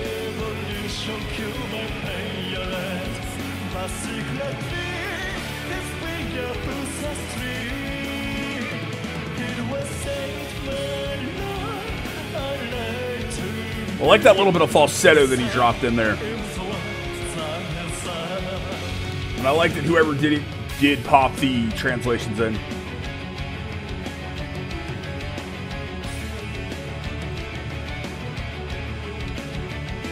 All right, Film. Thanks for being here, brother. I'm sorry this is a little impromptu tonight.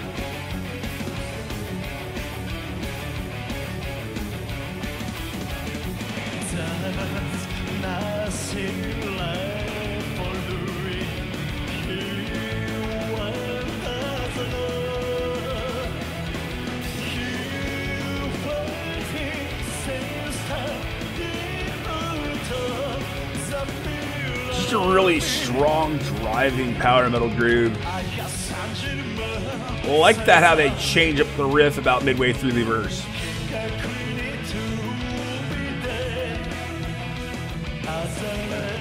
Alright, man, we will definitely see you soon.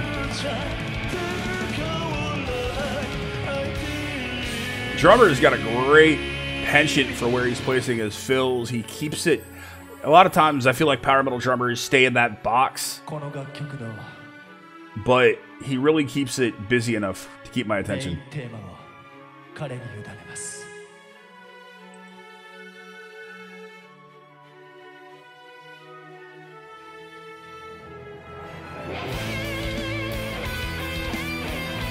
I like his vibrato in his lead playing here. He's got a really nice feel for it.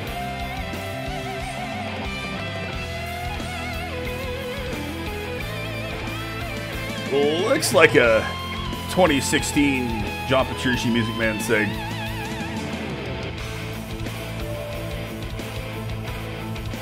I like how they dropped into the keys there.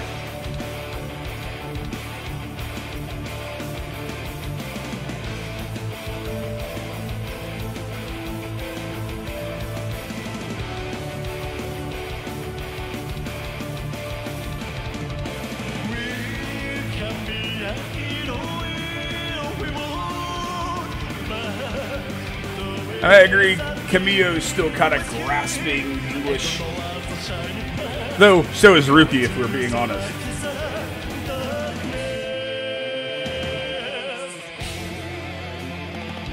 I can see the Luca Turilli.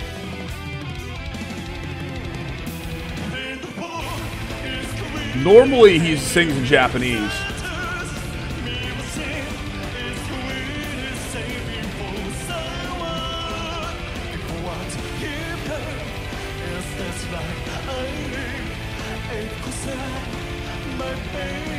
Autocorrect. Yuck.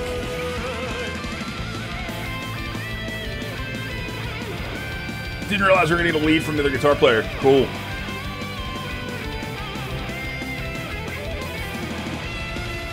He's also really good.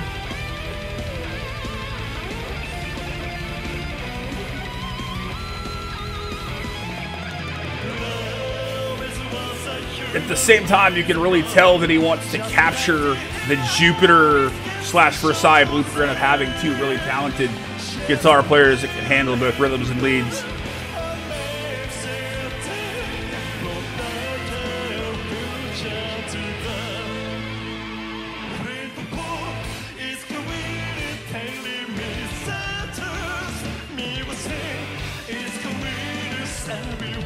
Their drummer is awesome. He's really got great fills, and he really keeps me engaged to his drum work.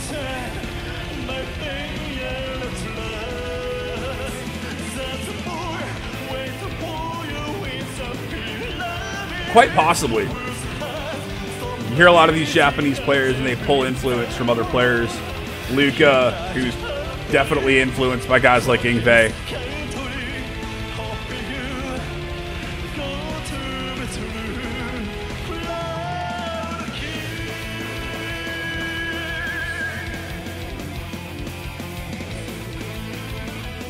That's what I thought, that he was Versailles drummer. No. All the inspiration does not come from X Japan.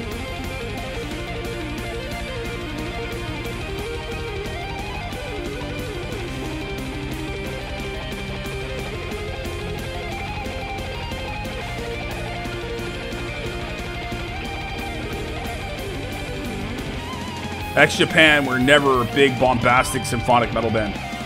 And they had some points, but not to the level that some of these bands get to. That was a really outstanding solo at the end. Guitar work here was definitely on display. That was a great call. This is a really, really enjoyable track.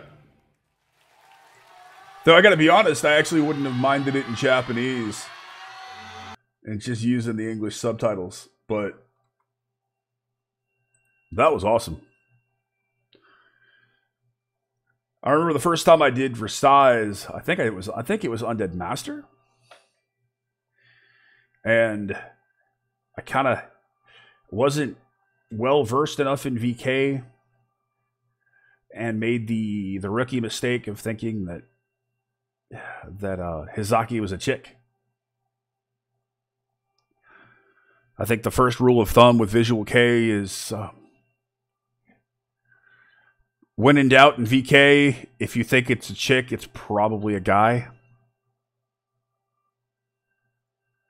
And Hizaki's definitely a good rule for that. So is Uruha from the Gazette.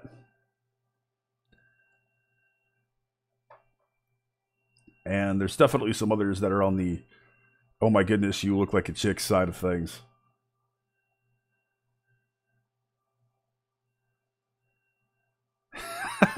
Yeah, I agree, Tomo. Definitely agree. It's kind of that rule when I was living outside of DC, too.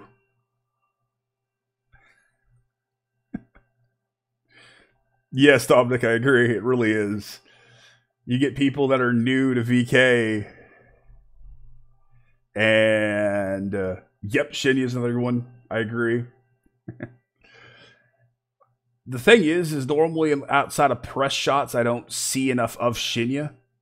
Though he's got a new solo record coming out at some point soon that I haven't had a chance to check out yet. But I certainly will have to. You know what? Let's do a Deer Hunter track tonight. Why not? I know that Deer Hunter stuff is really interconnected. And I really want to get to it all because I was really impressed.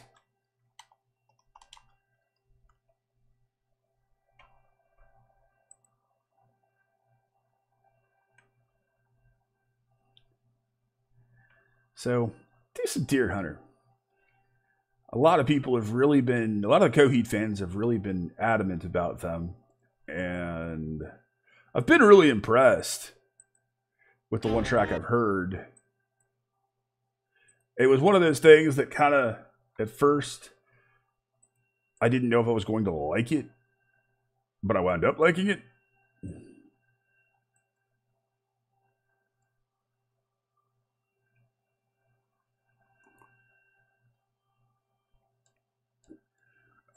Dominic, that's hilarious, dude.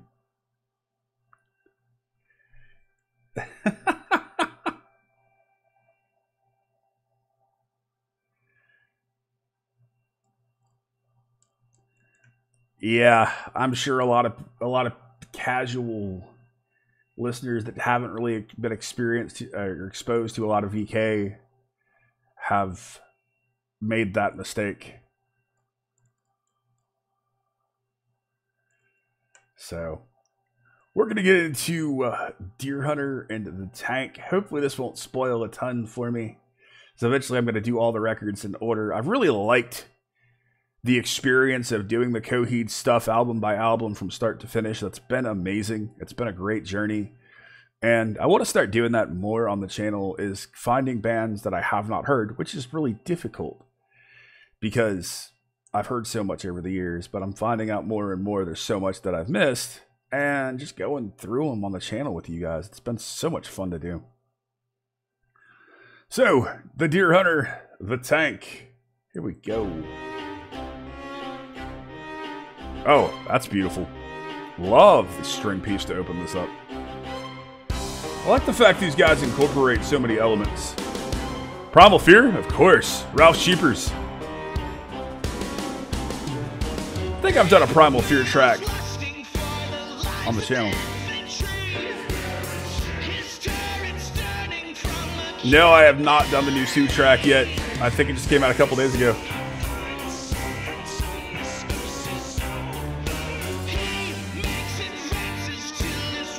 I really like what's going on here.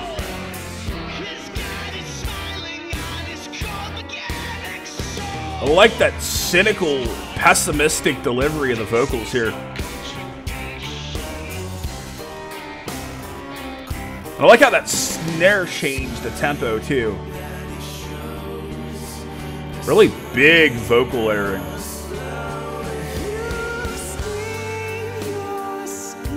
Whoa.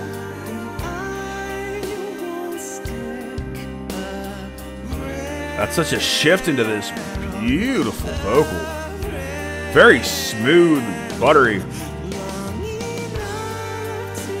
That way that he just touches his falsetto and tosses it in so effortlessly. Believe it or not, I get some George Michael vibes from that.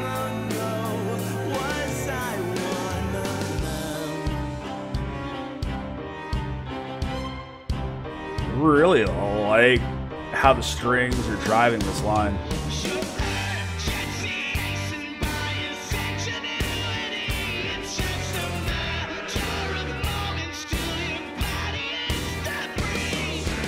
This is really good.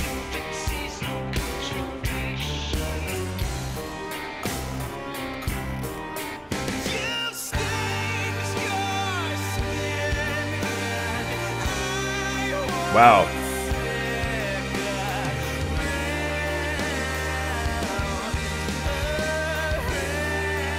I can get some Jean Olivia in there, absolutely.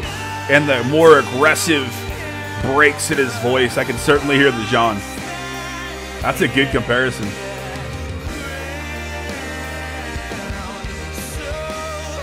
Bass line is really rich. Really like where they placed it in the mix.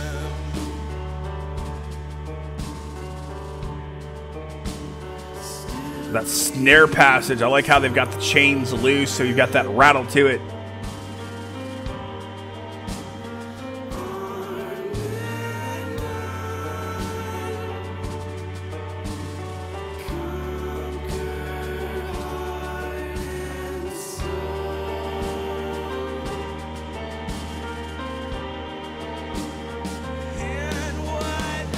Uh-oh. I'm getting some issues, some alerts here saying we're detecting copyrighted audio in your stream. Your stream may be temporarily blocked. We'll see what happens. So if it gets shut down for a little bit, if it gets shut down, I'll have to see what goes on.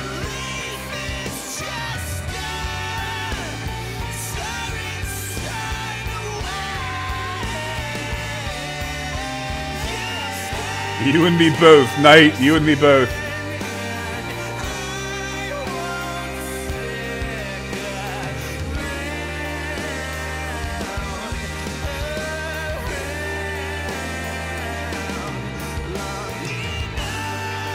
This guy's voice is just spellbinding.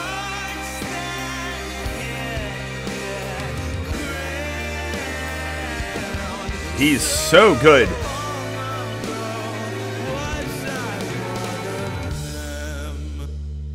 Wow.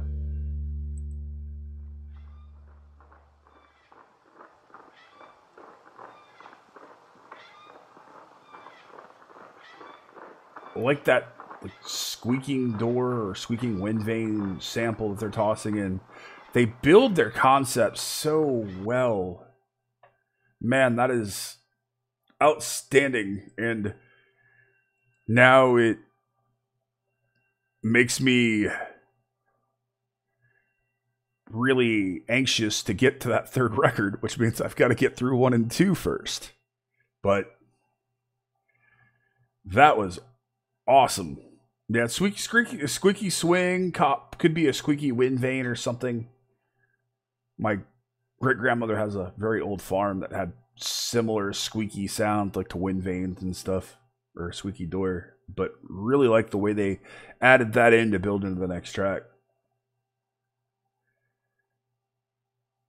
That was Deer Hunt. That was the Deer Hunter, the DEAR Hunter.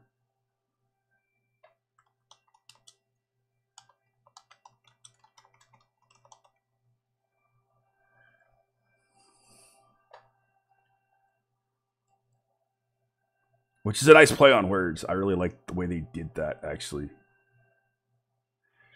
Man, towards the end of that track, I was almost feeling like I was a typical reaction channel for a second. Just saying wow a lot, and he's so good.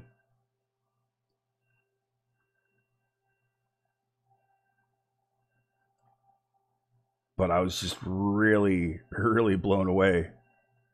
The vocals throughout that track are so stellar. And I do get some of the vocalists from bands that I love, some of those feelings of, like Adam said, you get a bit of Jean Olivia if you're not familiar with early Savatage. Jean Olivia is the original vocalist for Savatage. And of course, if you're not familiar with Savatage, you're probably familiar with Trans-Siberian Orchestra, which are Savatage, effectively.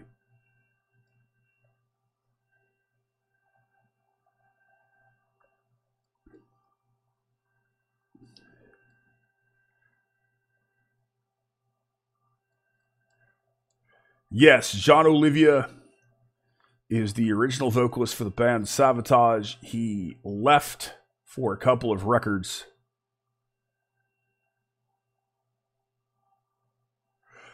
It's if you want to put that kind of effort into it, I would truly appreciate that, my friend. Thank you very much.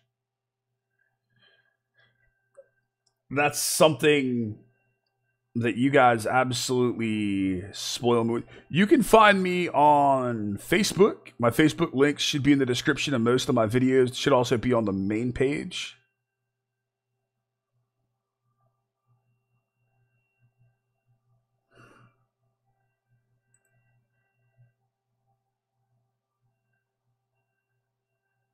Oh, Gojira? Yeah. Well, it's Gojira. And yeah, you're talking about sonic destruction and just being blown away by amazing riffs and crushing tempos, and just when those guys are live, you see those guys live, the intensity, the energy, it's ridiculous. It's so funny to watch Gojira's bass player live because, like, the slow parts, it's like he's struggling to restrain himself, and the moment they get into a part where he gets to go nuts and fly across the stage and headbang like a maniac, the guy just unleashes himself and he's all over the place. He's one of the most animated musicians I have ever seen live. I mean, that guy runs around just completely not caring. He just loves it, and you can tell that he loves it, and it's infectious as hell. Believe it or not, Gojira and Byzantine actually got scouted at the same time.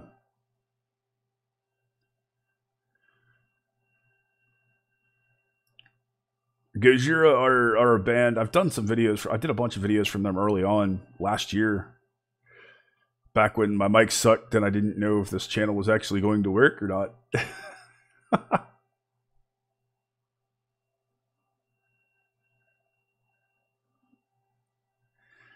And did a bunch of Gojira. They're amazing. I've seen them live so many times. It wasn't really a reaction to them. It was just listening them onto the channel and banging my head and enjoying it. Because I've been a Gojira fan for so many years. They're an incredible band. They're unique. So, but what I was saying about viewers here on the channel, I'm so spoiled because you guys are amazing. You guys, I get so many transcribed lyrics from Japanese speakers. The effort that guys like WHSM and goodness, who else? I'm trying to think of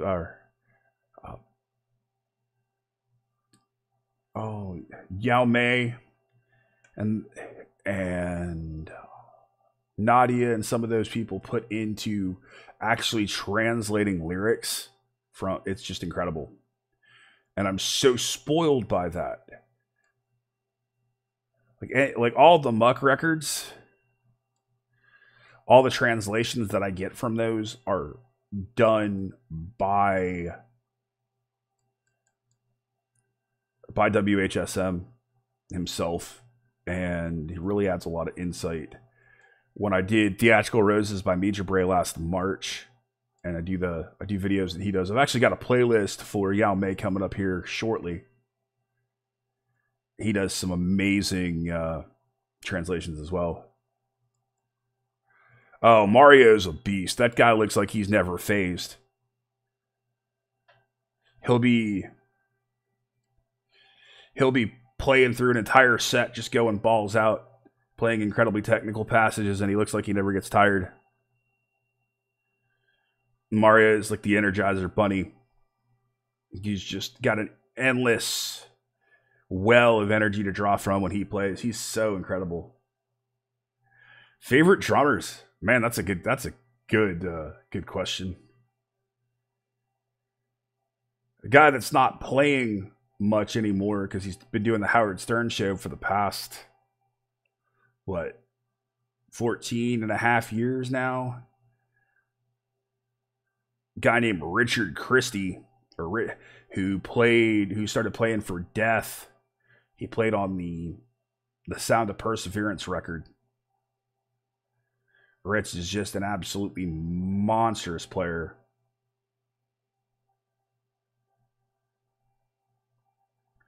I think Vlad's good from Ginger. I think he's I like some of the jazzy stuff he throws in, but I don't think he'd make it into my top 10 or 20. Mario absolutely does. The guy's a beast.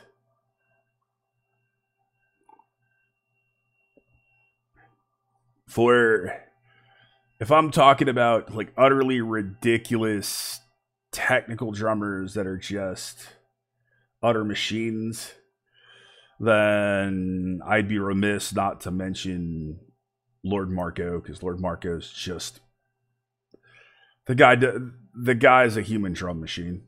He really is. The stuff he pulls off. He's playing on the new Rings of Saturn record. He's got a whole bunch of projects coming out. That guy's a studio monster. Excuse me. He's also playing on a new Dead Squad track for all of the Indonesian fans out there. Dirk Verburen from Soilwork, who's now playing for Megadeth. The guy's incredible. Gene Hoglan. I can't mention a metal drummer and not mention Gene Hoglan, especially since I was already mentioned Richard Christie. Gene the Machine is just, well, he's Gene the Machine. He's another human drum machine. And he's played for so many bands over the years. Mike Portnoy You can tell that he's not in Dream Theater anymore. Mike Mangini's a good drummer, but I just feel like Mike Portnoy's missed. You know, I haven't spent enough time with Tesseract, but I know their drummer is ridiculous. I need to do more Tesseract. Those guys are so good. I like Dave Lombardo and I like Pete Sandoval, but I feel like they've kind of been eclipsed over the years.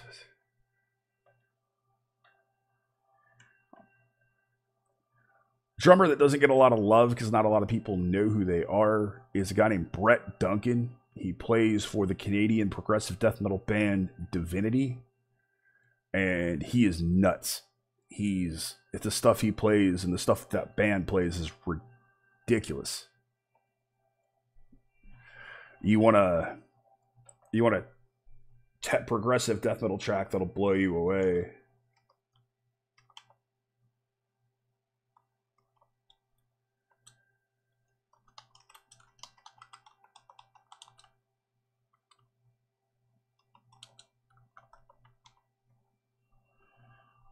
That's pretty disgusting. The guy from Fleshed Out God Apocalypse is a robot. Yes, he is.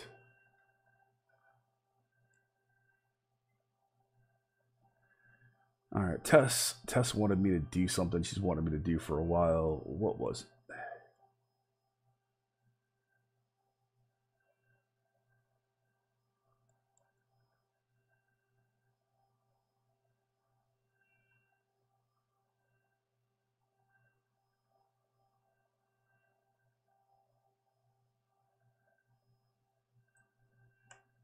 Tess, what was that track you wanted me to do?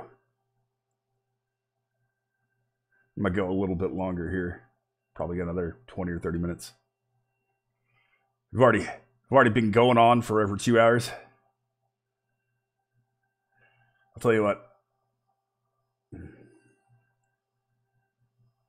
I'll figure out another one here because I can't find Tess's message, and then we'll do the track that I know Tess wanted me to do.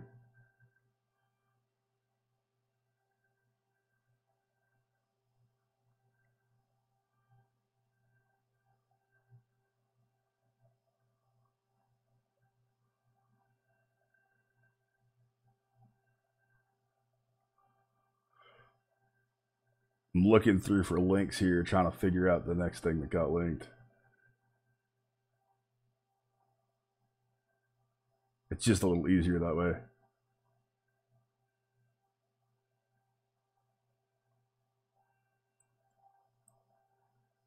Oh. New Noise is the track, or so Reuse is the band.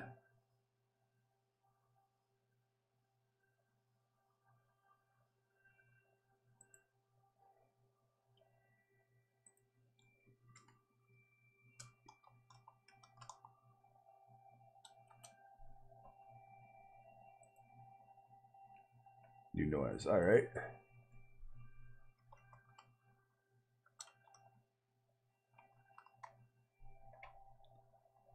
All right. Never heard these. Oh, Refused. Okay. There we go. Yeah, sharing link code's easier because I can see it. All right, Refused, New Noise. They're on Epitaph. Cool. I can't say I've ever heard of them. Let's get into them.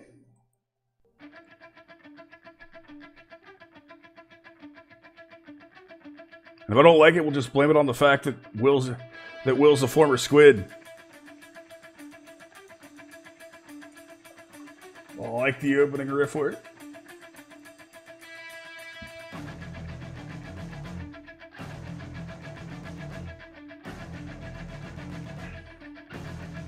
I like the fact that it feels like it was a completely DIY video.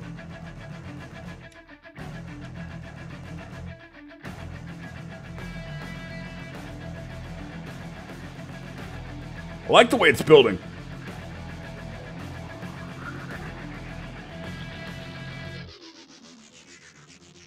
Cool effects there.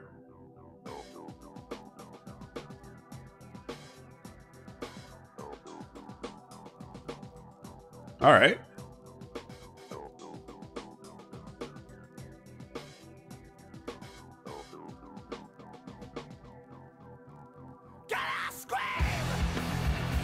There we go.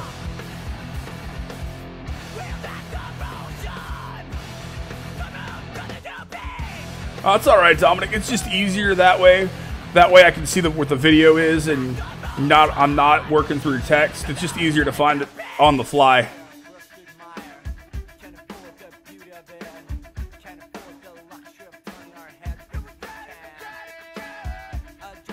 I feel like these vocals are mixed a bit low. They're struggling to cut through the mix.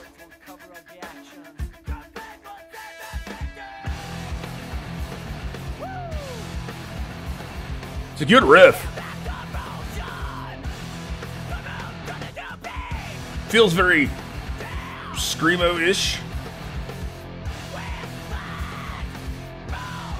From dudes that kind of wear their girlfriend's pants that are a little too tight for their girlfriends and a little too tight on them.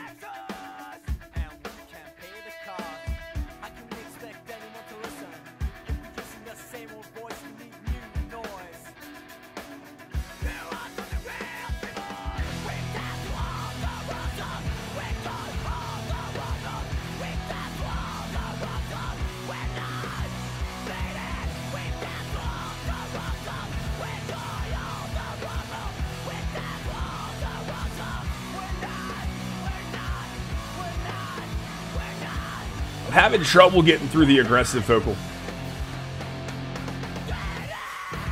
Do you like the riffs?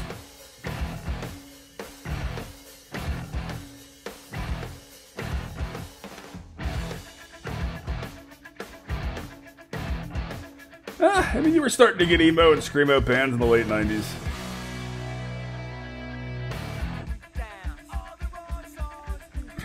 That's your normal? The boys with tight pants?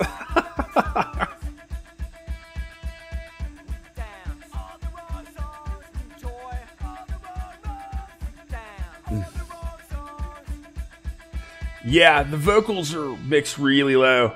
I think I would have liked it more if the vocals were mixed a bit higher up. I think that's one of the pet peeves with me a lot is I like to really be able to hear vocals. Some bands mix them low for personal preference. Other bands mix them low because the singers don't feel incredibly confident as singers. And they kind of mix themselves low because they're afraid of having their vocals fully in the mix.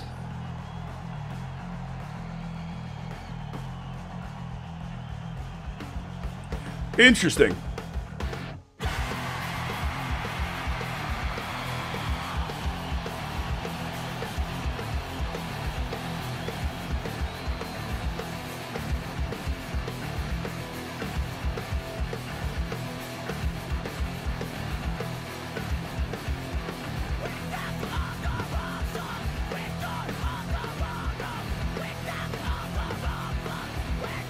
Definitely do get that very late 90s, like early 2000s feel.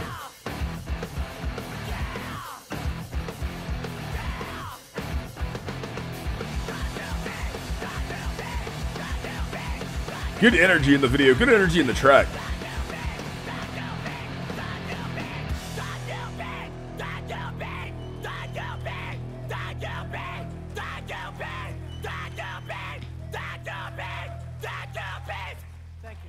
Not bad. Definitely not too bad. I don't know if that would make it into my regular rotation, but I can't. But I liked it overall. Orgy.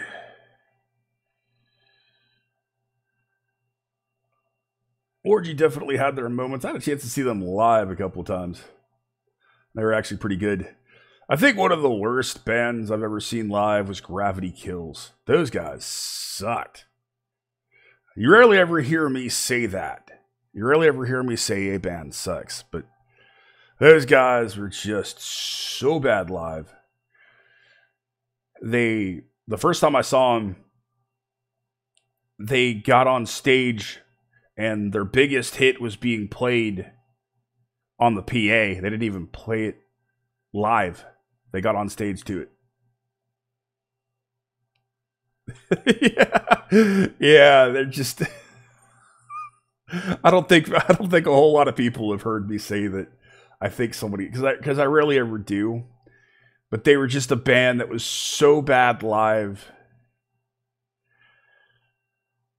It just kind of, it snowballed from there. It was a lesson in how to turn your fan base off, getting up on the stage with your hit song being played on the PA instead of playing it yourselves. I've seen local bands that are better. Now, granted, that's not an insult, because there's some utterly amazing local and unsigned bands that will never get recognition. Guitar Wolf, never heard of them. That's a good question while we're thinking about it. What are some of the worst shows that you've seen?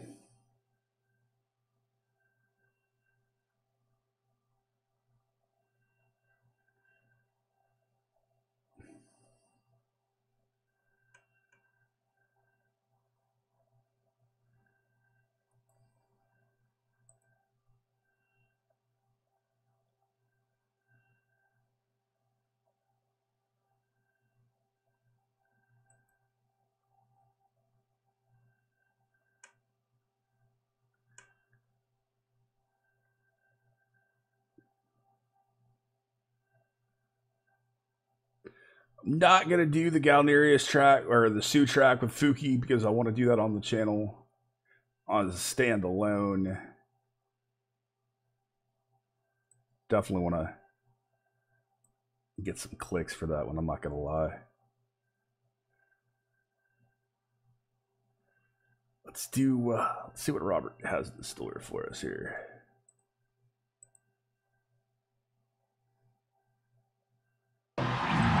Ah, 9mm Parabellum Bullet Sleepwalk. All right.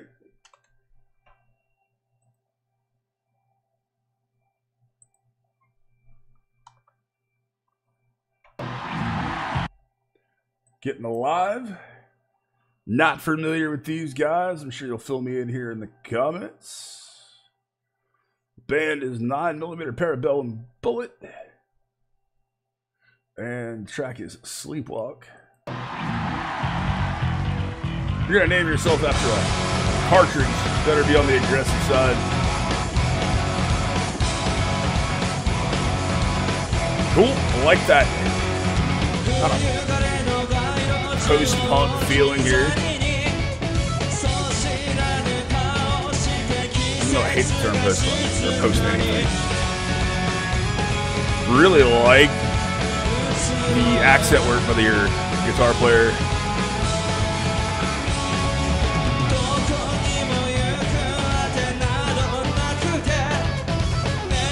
I like that rhythmic delivery and the lyric and the vocal line here.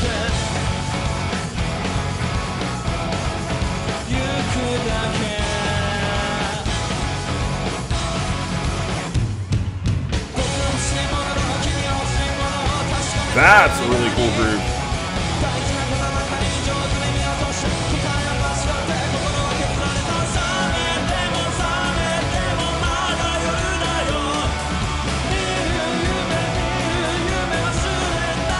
Oh, sorry, Tomo. I'll figure out what you got. Yeah, just you should be able to just paste it in the comments.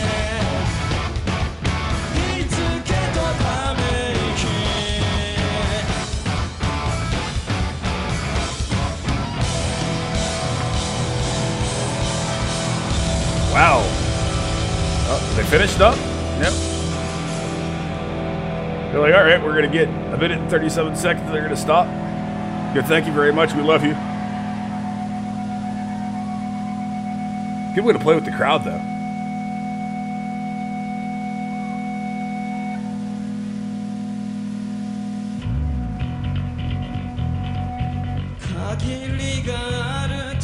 Gotta love that Fender P-bass sound. Nice little spoken word there. Awesome. These guys have a ton of energy.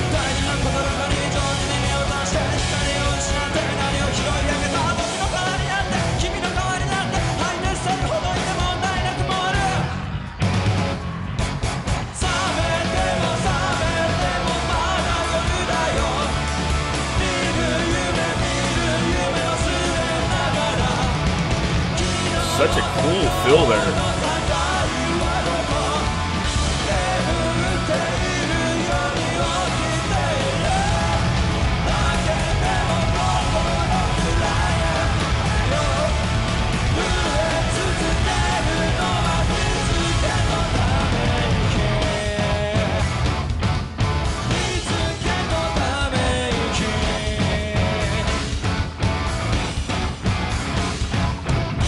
Love those spanky, quacky guitar tones. Japanese do a great job with that too. They've got a lot of bands that use tones like that. It really works in the style.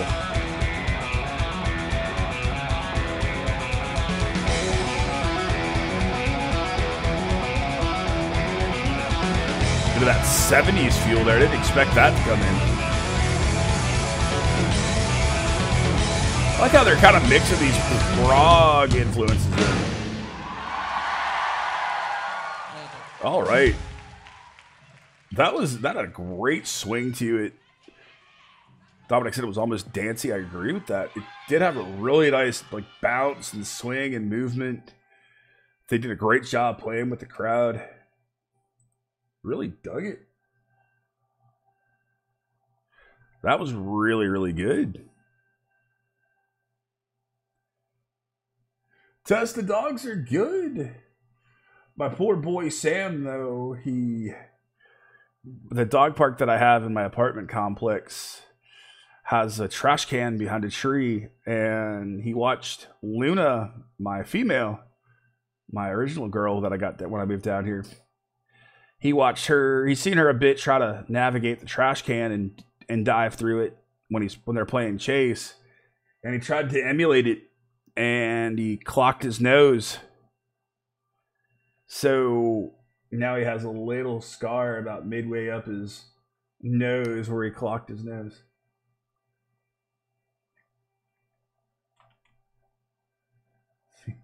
He's just laying there wagging at me. Probably thinking, hey, it's almost, it's time that you start thinking about taking me out.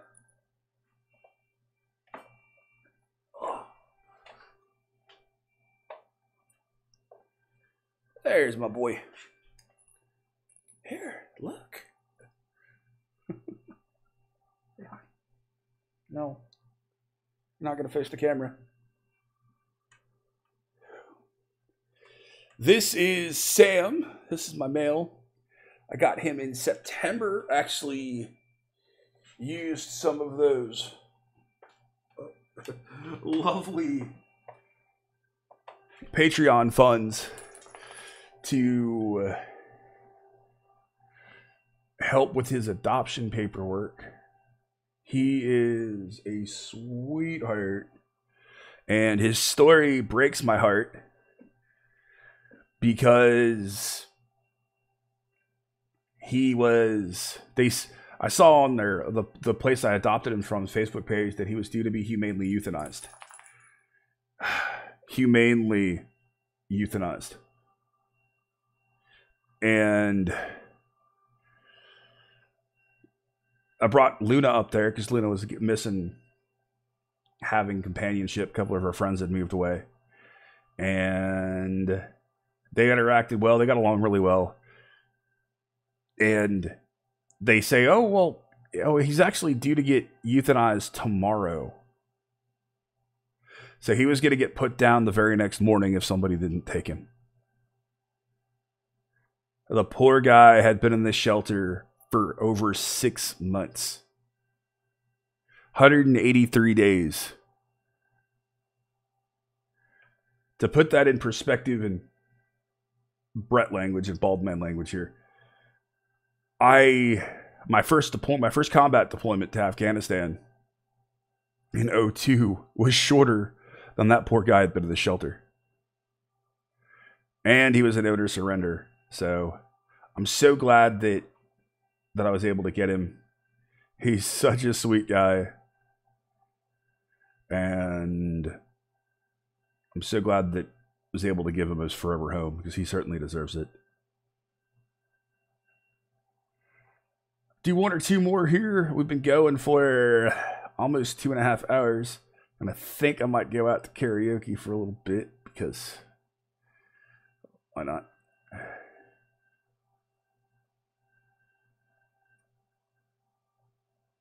They remembered Last Alliance. All right.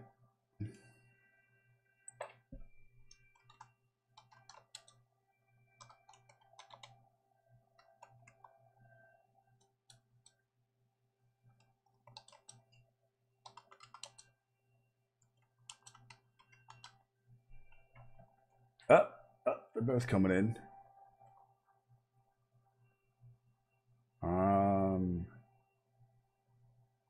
Not seeing it pull up here, dude.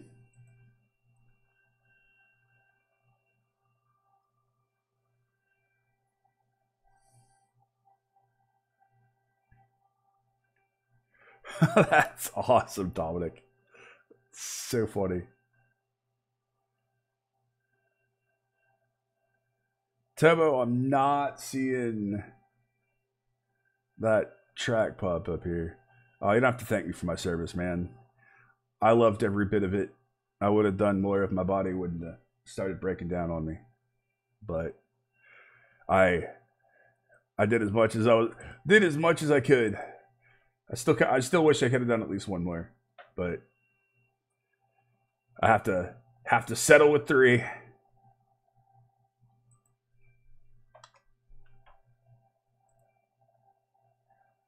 All right.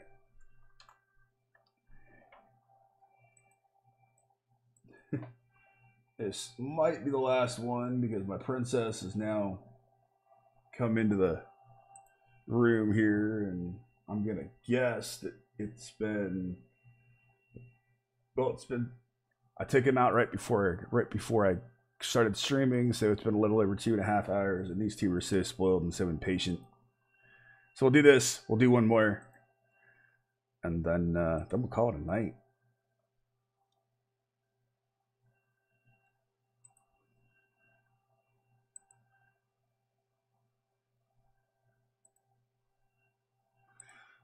I'm not sure what the band is. I'm not sure. It looks like this is a reprogram. I guess that's the track. So let's see what we've got. Here we go. Whoa! That's some outstanding tapping. Well, it's interesting seeing dudes use something like a Mustang loaded with humbuckers as well. Wow.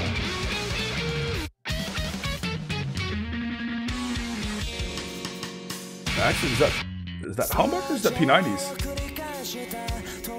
Ah, looks like P90s. Wow, their bass player is ridiculous. This is... Whoa! Really progressive. Lots of shifts. Her vocals are incredible. Very, very unique.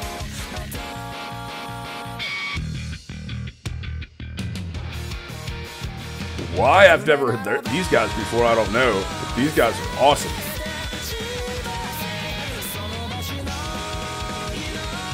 The fact they're able to shift like this and make it sound cohesive and seamless is really impressive.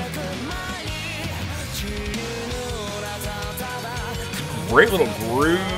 That ride work and the snare work is just beautiful.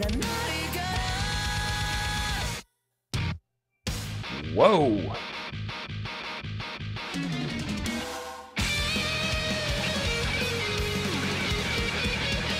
Really rich tones. Love his lead tone. The drum tones are breaking up a little bit. That might be intentional.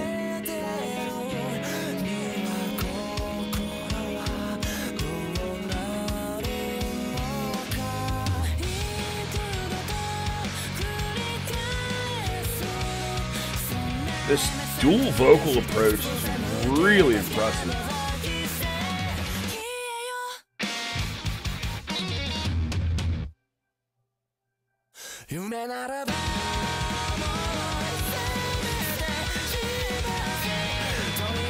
Chris, I have not, dude. The first time I listened to the video or listened to the new Evergrey record, it's gonna pop up on the channel in its entirety.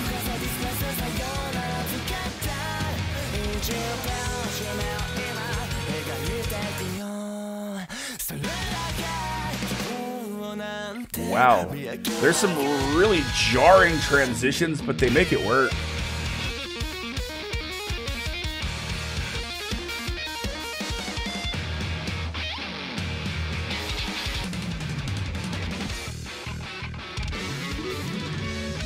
Whoa. All sorts of influences. You get some mathy stuff going on, some prog stuff, some punk. They just throw it all together and sling it at you in a track that was, what, 3 minutes and 7 seconds? That's insane. That is absolutely nuts. Wow. It is like prog with somebody with a short attention span. Here, we're going to give you all these crazy dynamics and shifts and leads and multiple vocals, and we're going to do it for you in 3 minutes. So you can get your prog fix and not have to listen to a 12-minute track or a 20-minute track.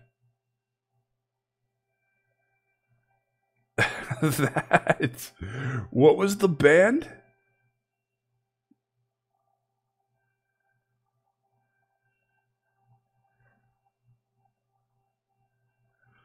Oh, somebody typed who that was in chat.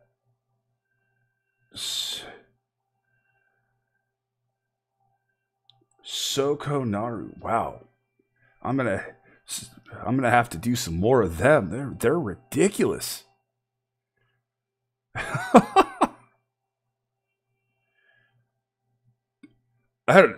That's one of those tracks that is so good. I'm at a loss. Like, that would be, if I was just shooting videos and I did that video and recorded it, that would be the last thing that I do that night, because I'd be done. It's just so good. There's so many elements to it. The male-female vocal dynamic, the rich tones that he's able to get. It looks like at least one of the pickups loaded in that Fender Mustang was a P90, which actually really is a great tone. The bass player / second vocalist is ridiculous. Really talented. I'm glad they're on iTunes. That's one of the problems with Japanese bands, is sometimes you can't get their stuff unless you feel like paying the price of half a kidney on the black market to be able to get it from Japan.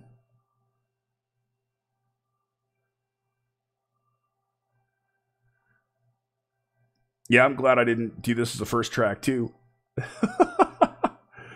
Wow. Oh, this is clearly a band that I could do an entire record and just enjoy every single second of it. Man. And all you guys out there that have heard the new Evergrey record that are taunting me with it tonight.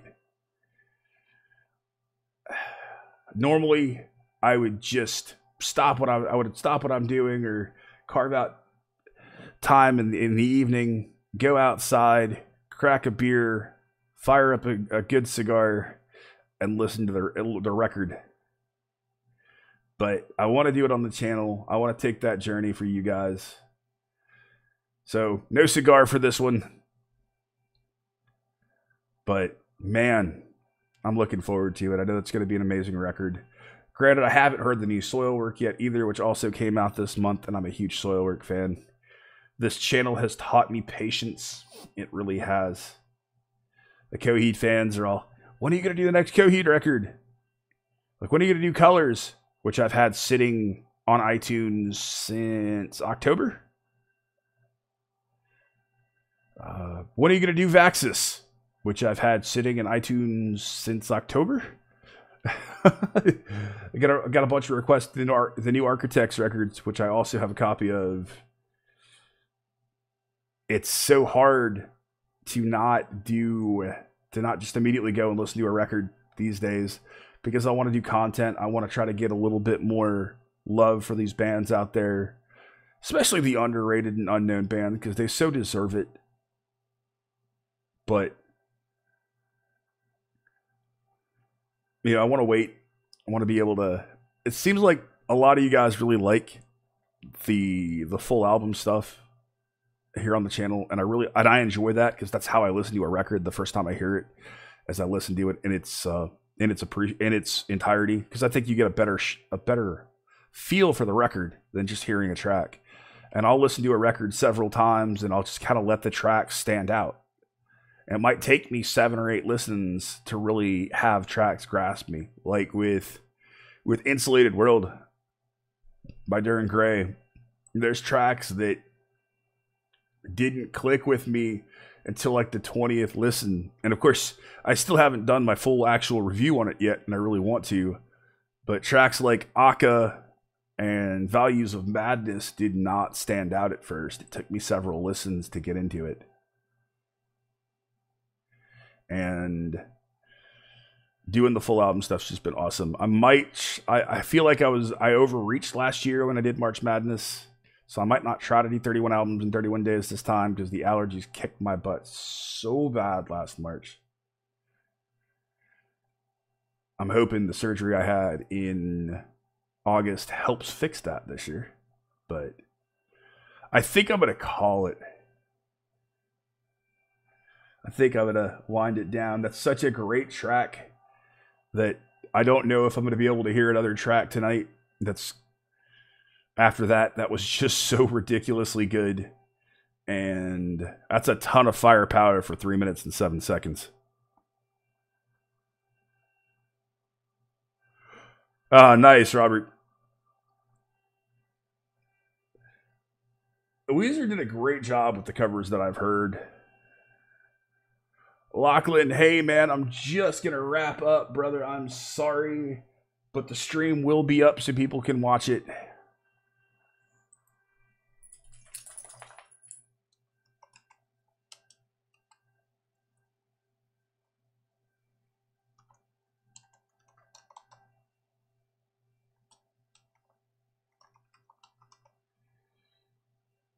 But I didn't know that I was going to do a stream tonight.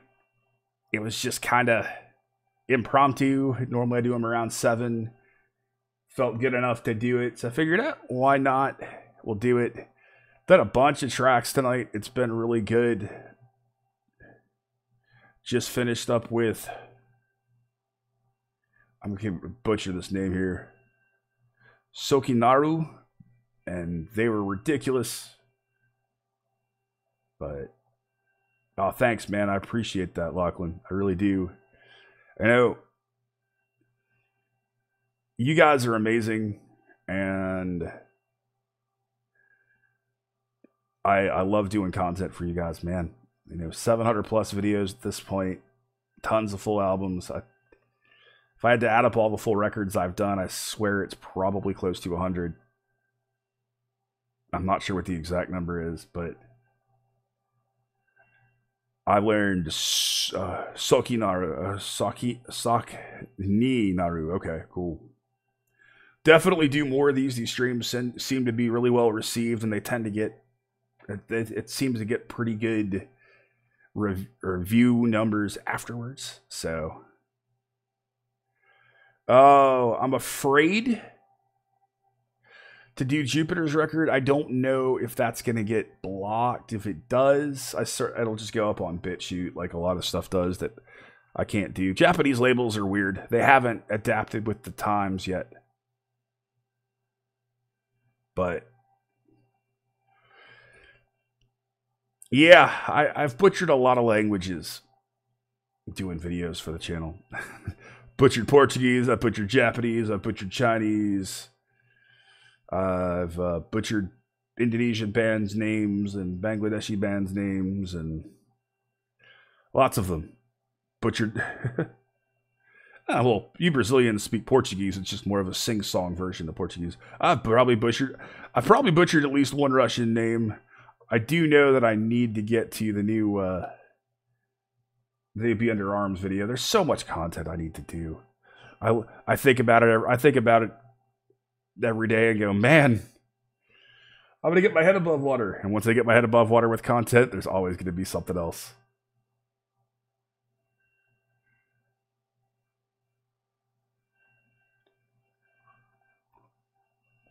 But you guys have been awesome tonight. I appreciate it. I've got both my two staring at me at this point, going, hey, it's time to go out.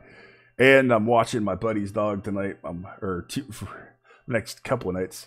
He's got a boxer who's a total goofball. So I'm going to call it. Oh, dude, when your band comes out, you let me know. You know I'll do it.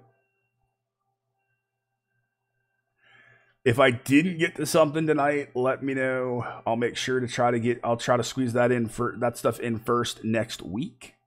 I do want to try to stream again at 7 next week. So I'll try to reserve the beginning of streams to get the stuff that I haven't done in the previous week. And just do my best to get through it. So thank you guys. This has been a great one. This has been 2 hours and almost 44 minutes. So I'll end it like I normally do. And thank all of my law enforcement, military, veterans, and first responders for what they do every single day. Thank all of you guys so much for sitting around with me for 2+ hours. That's insane. I love you. And as always, you've been awesome. I have been Baldman. I have been Brett. I'll see you in the next one. Be excellent to each other and keep headbanging.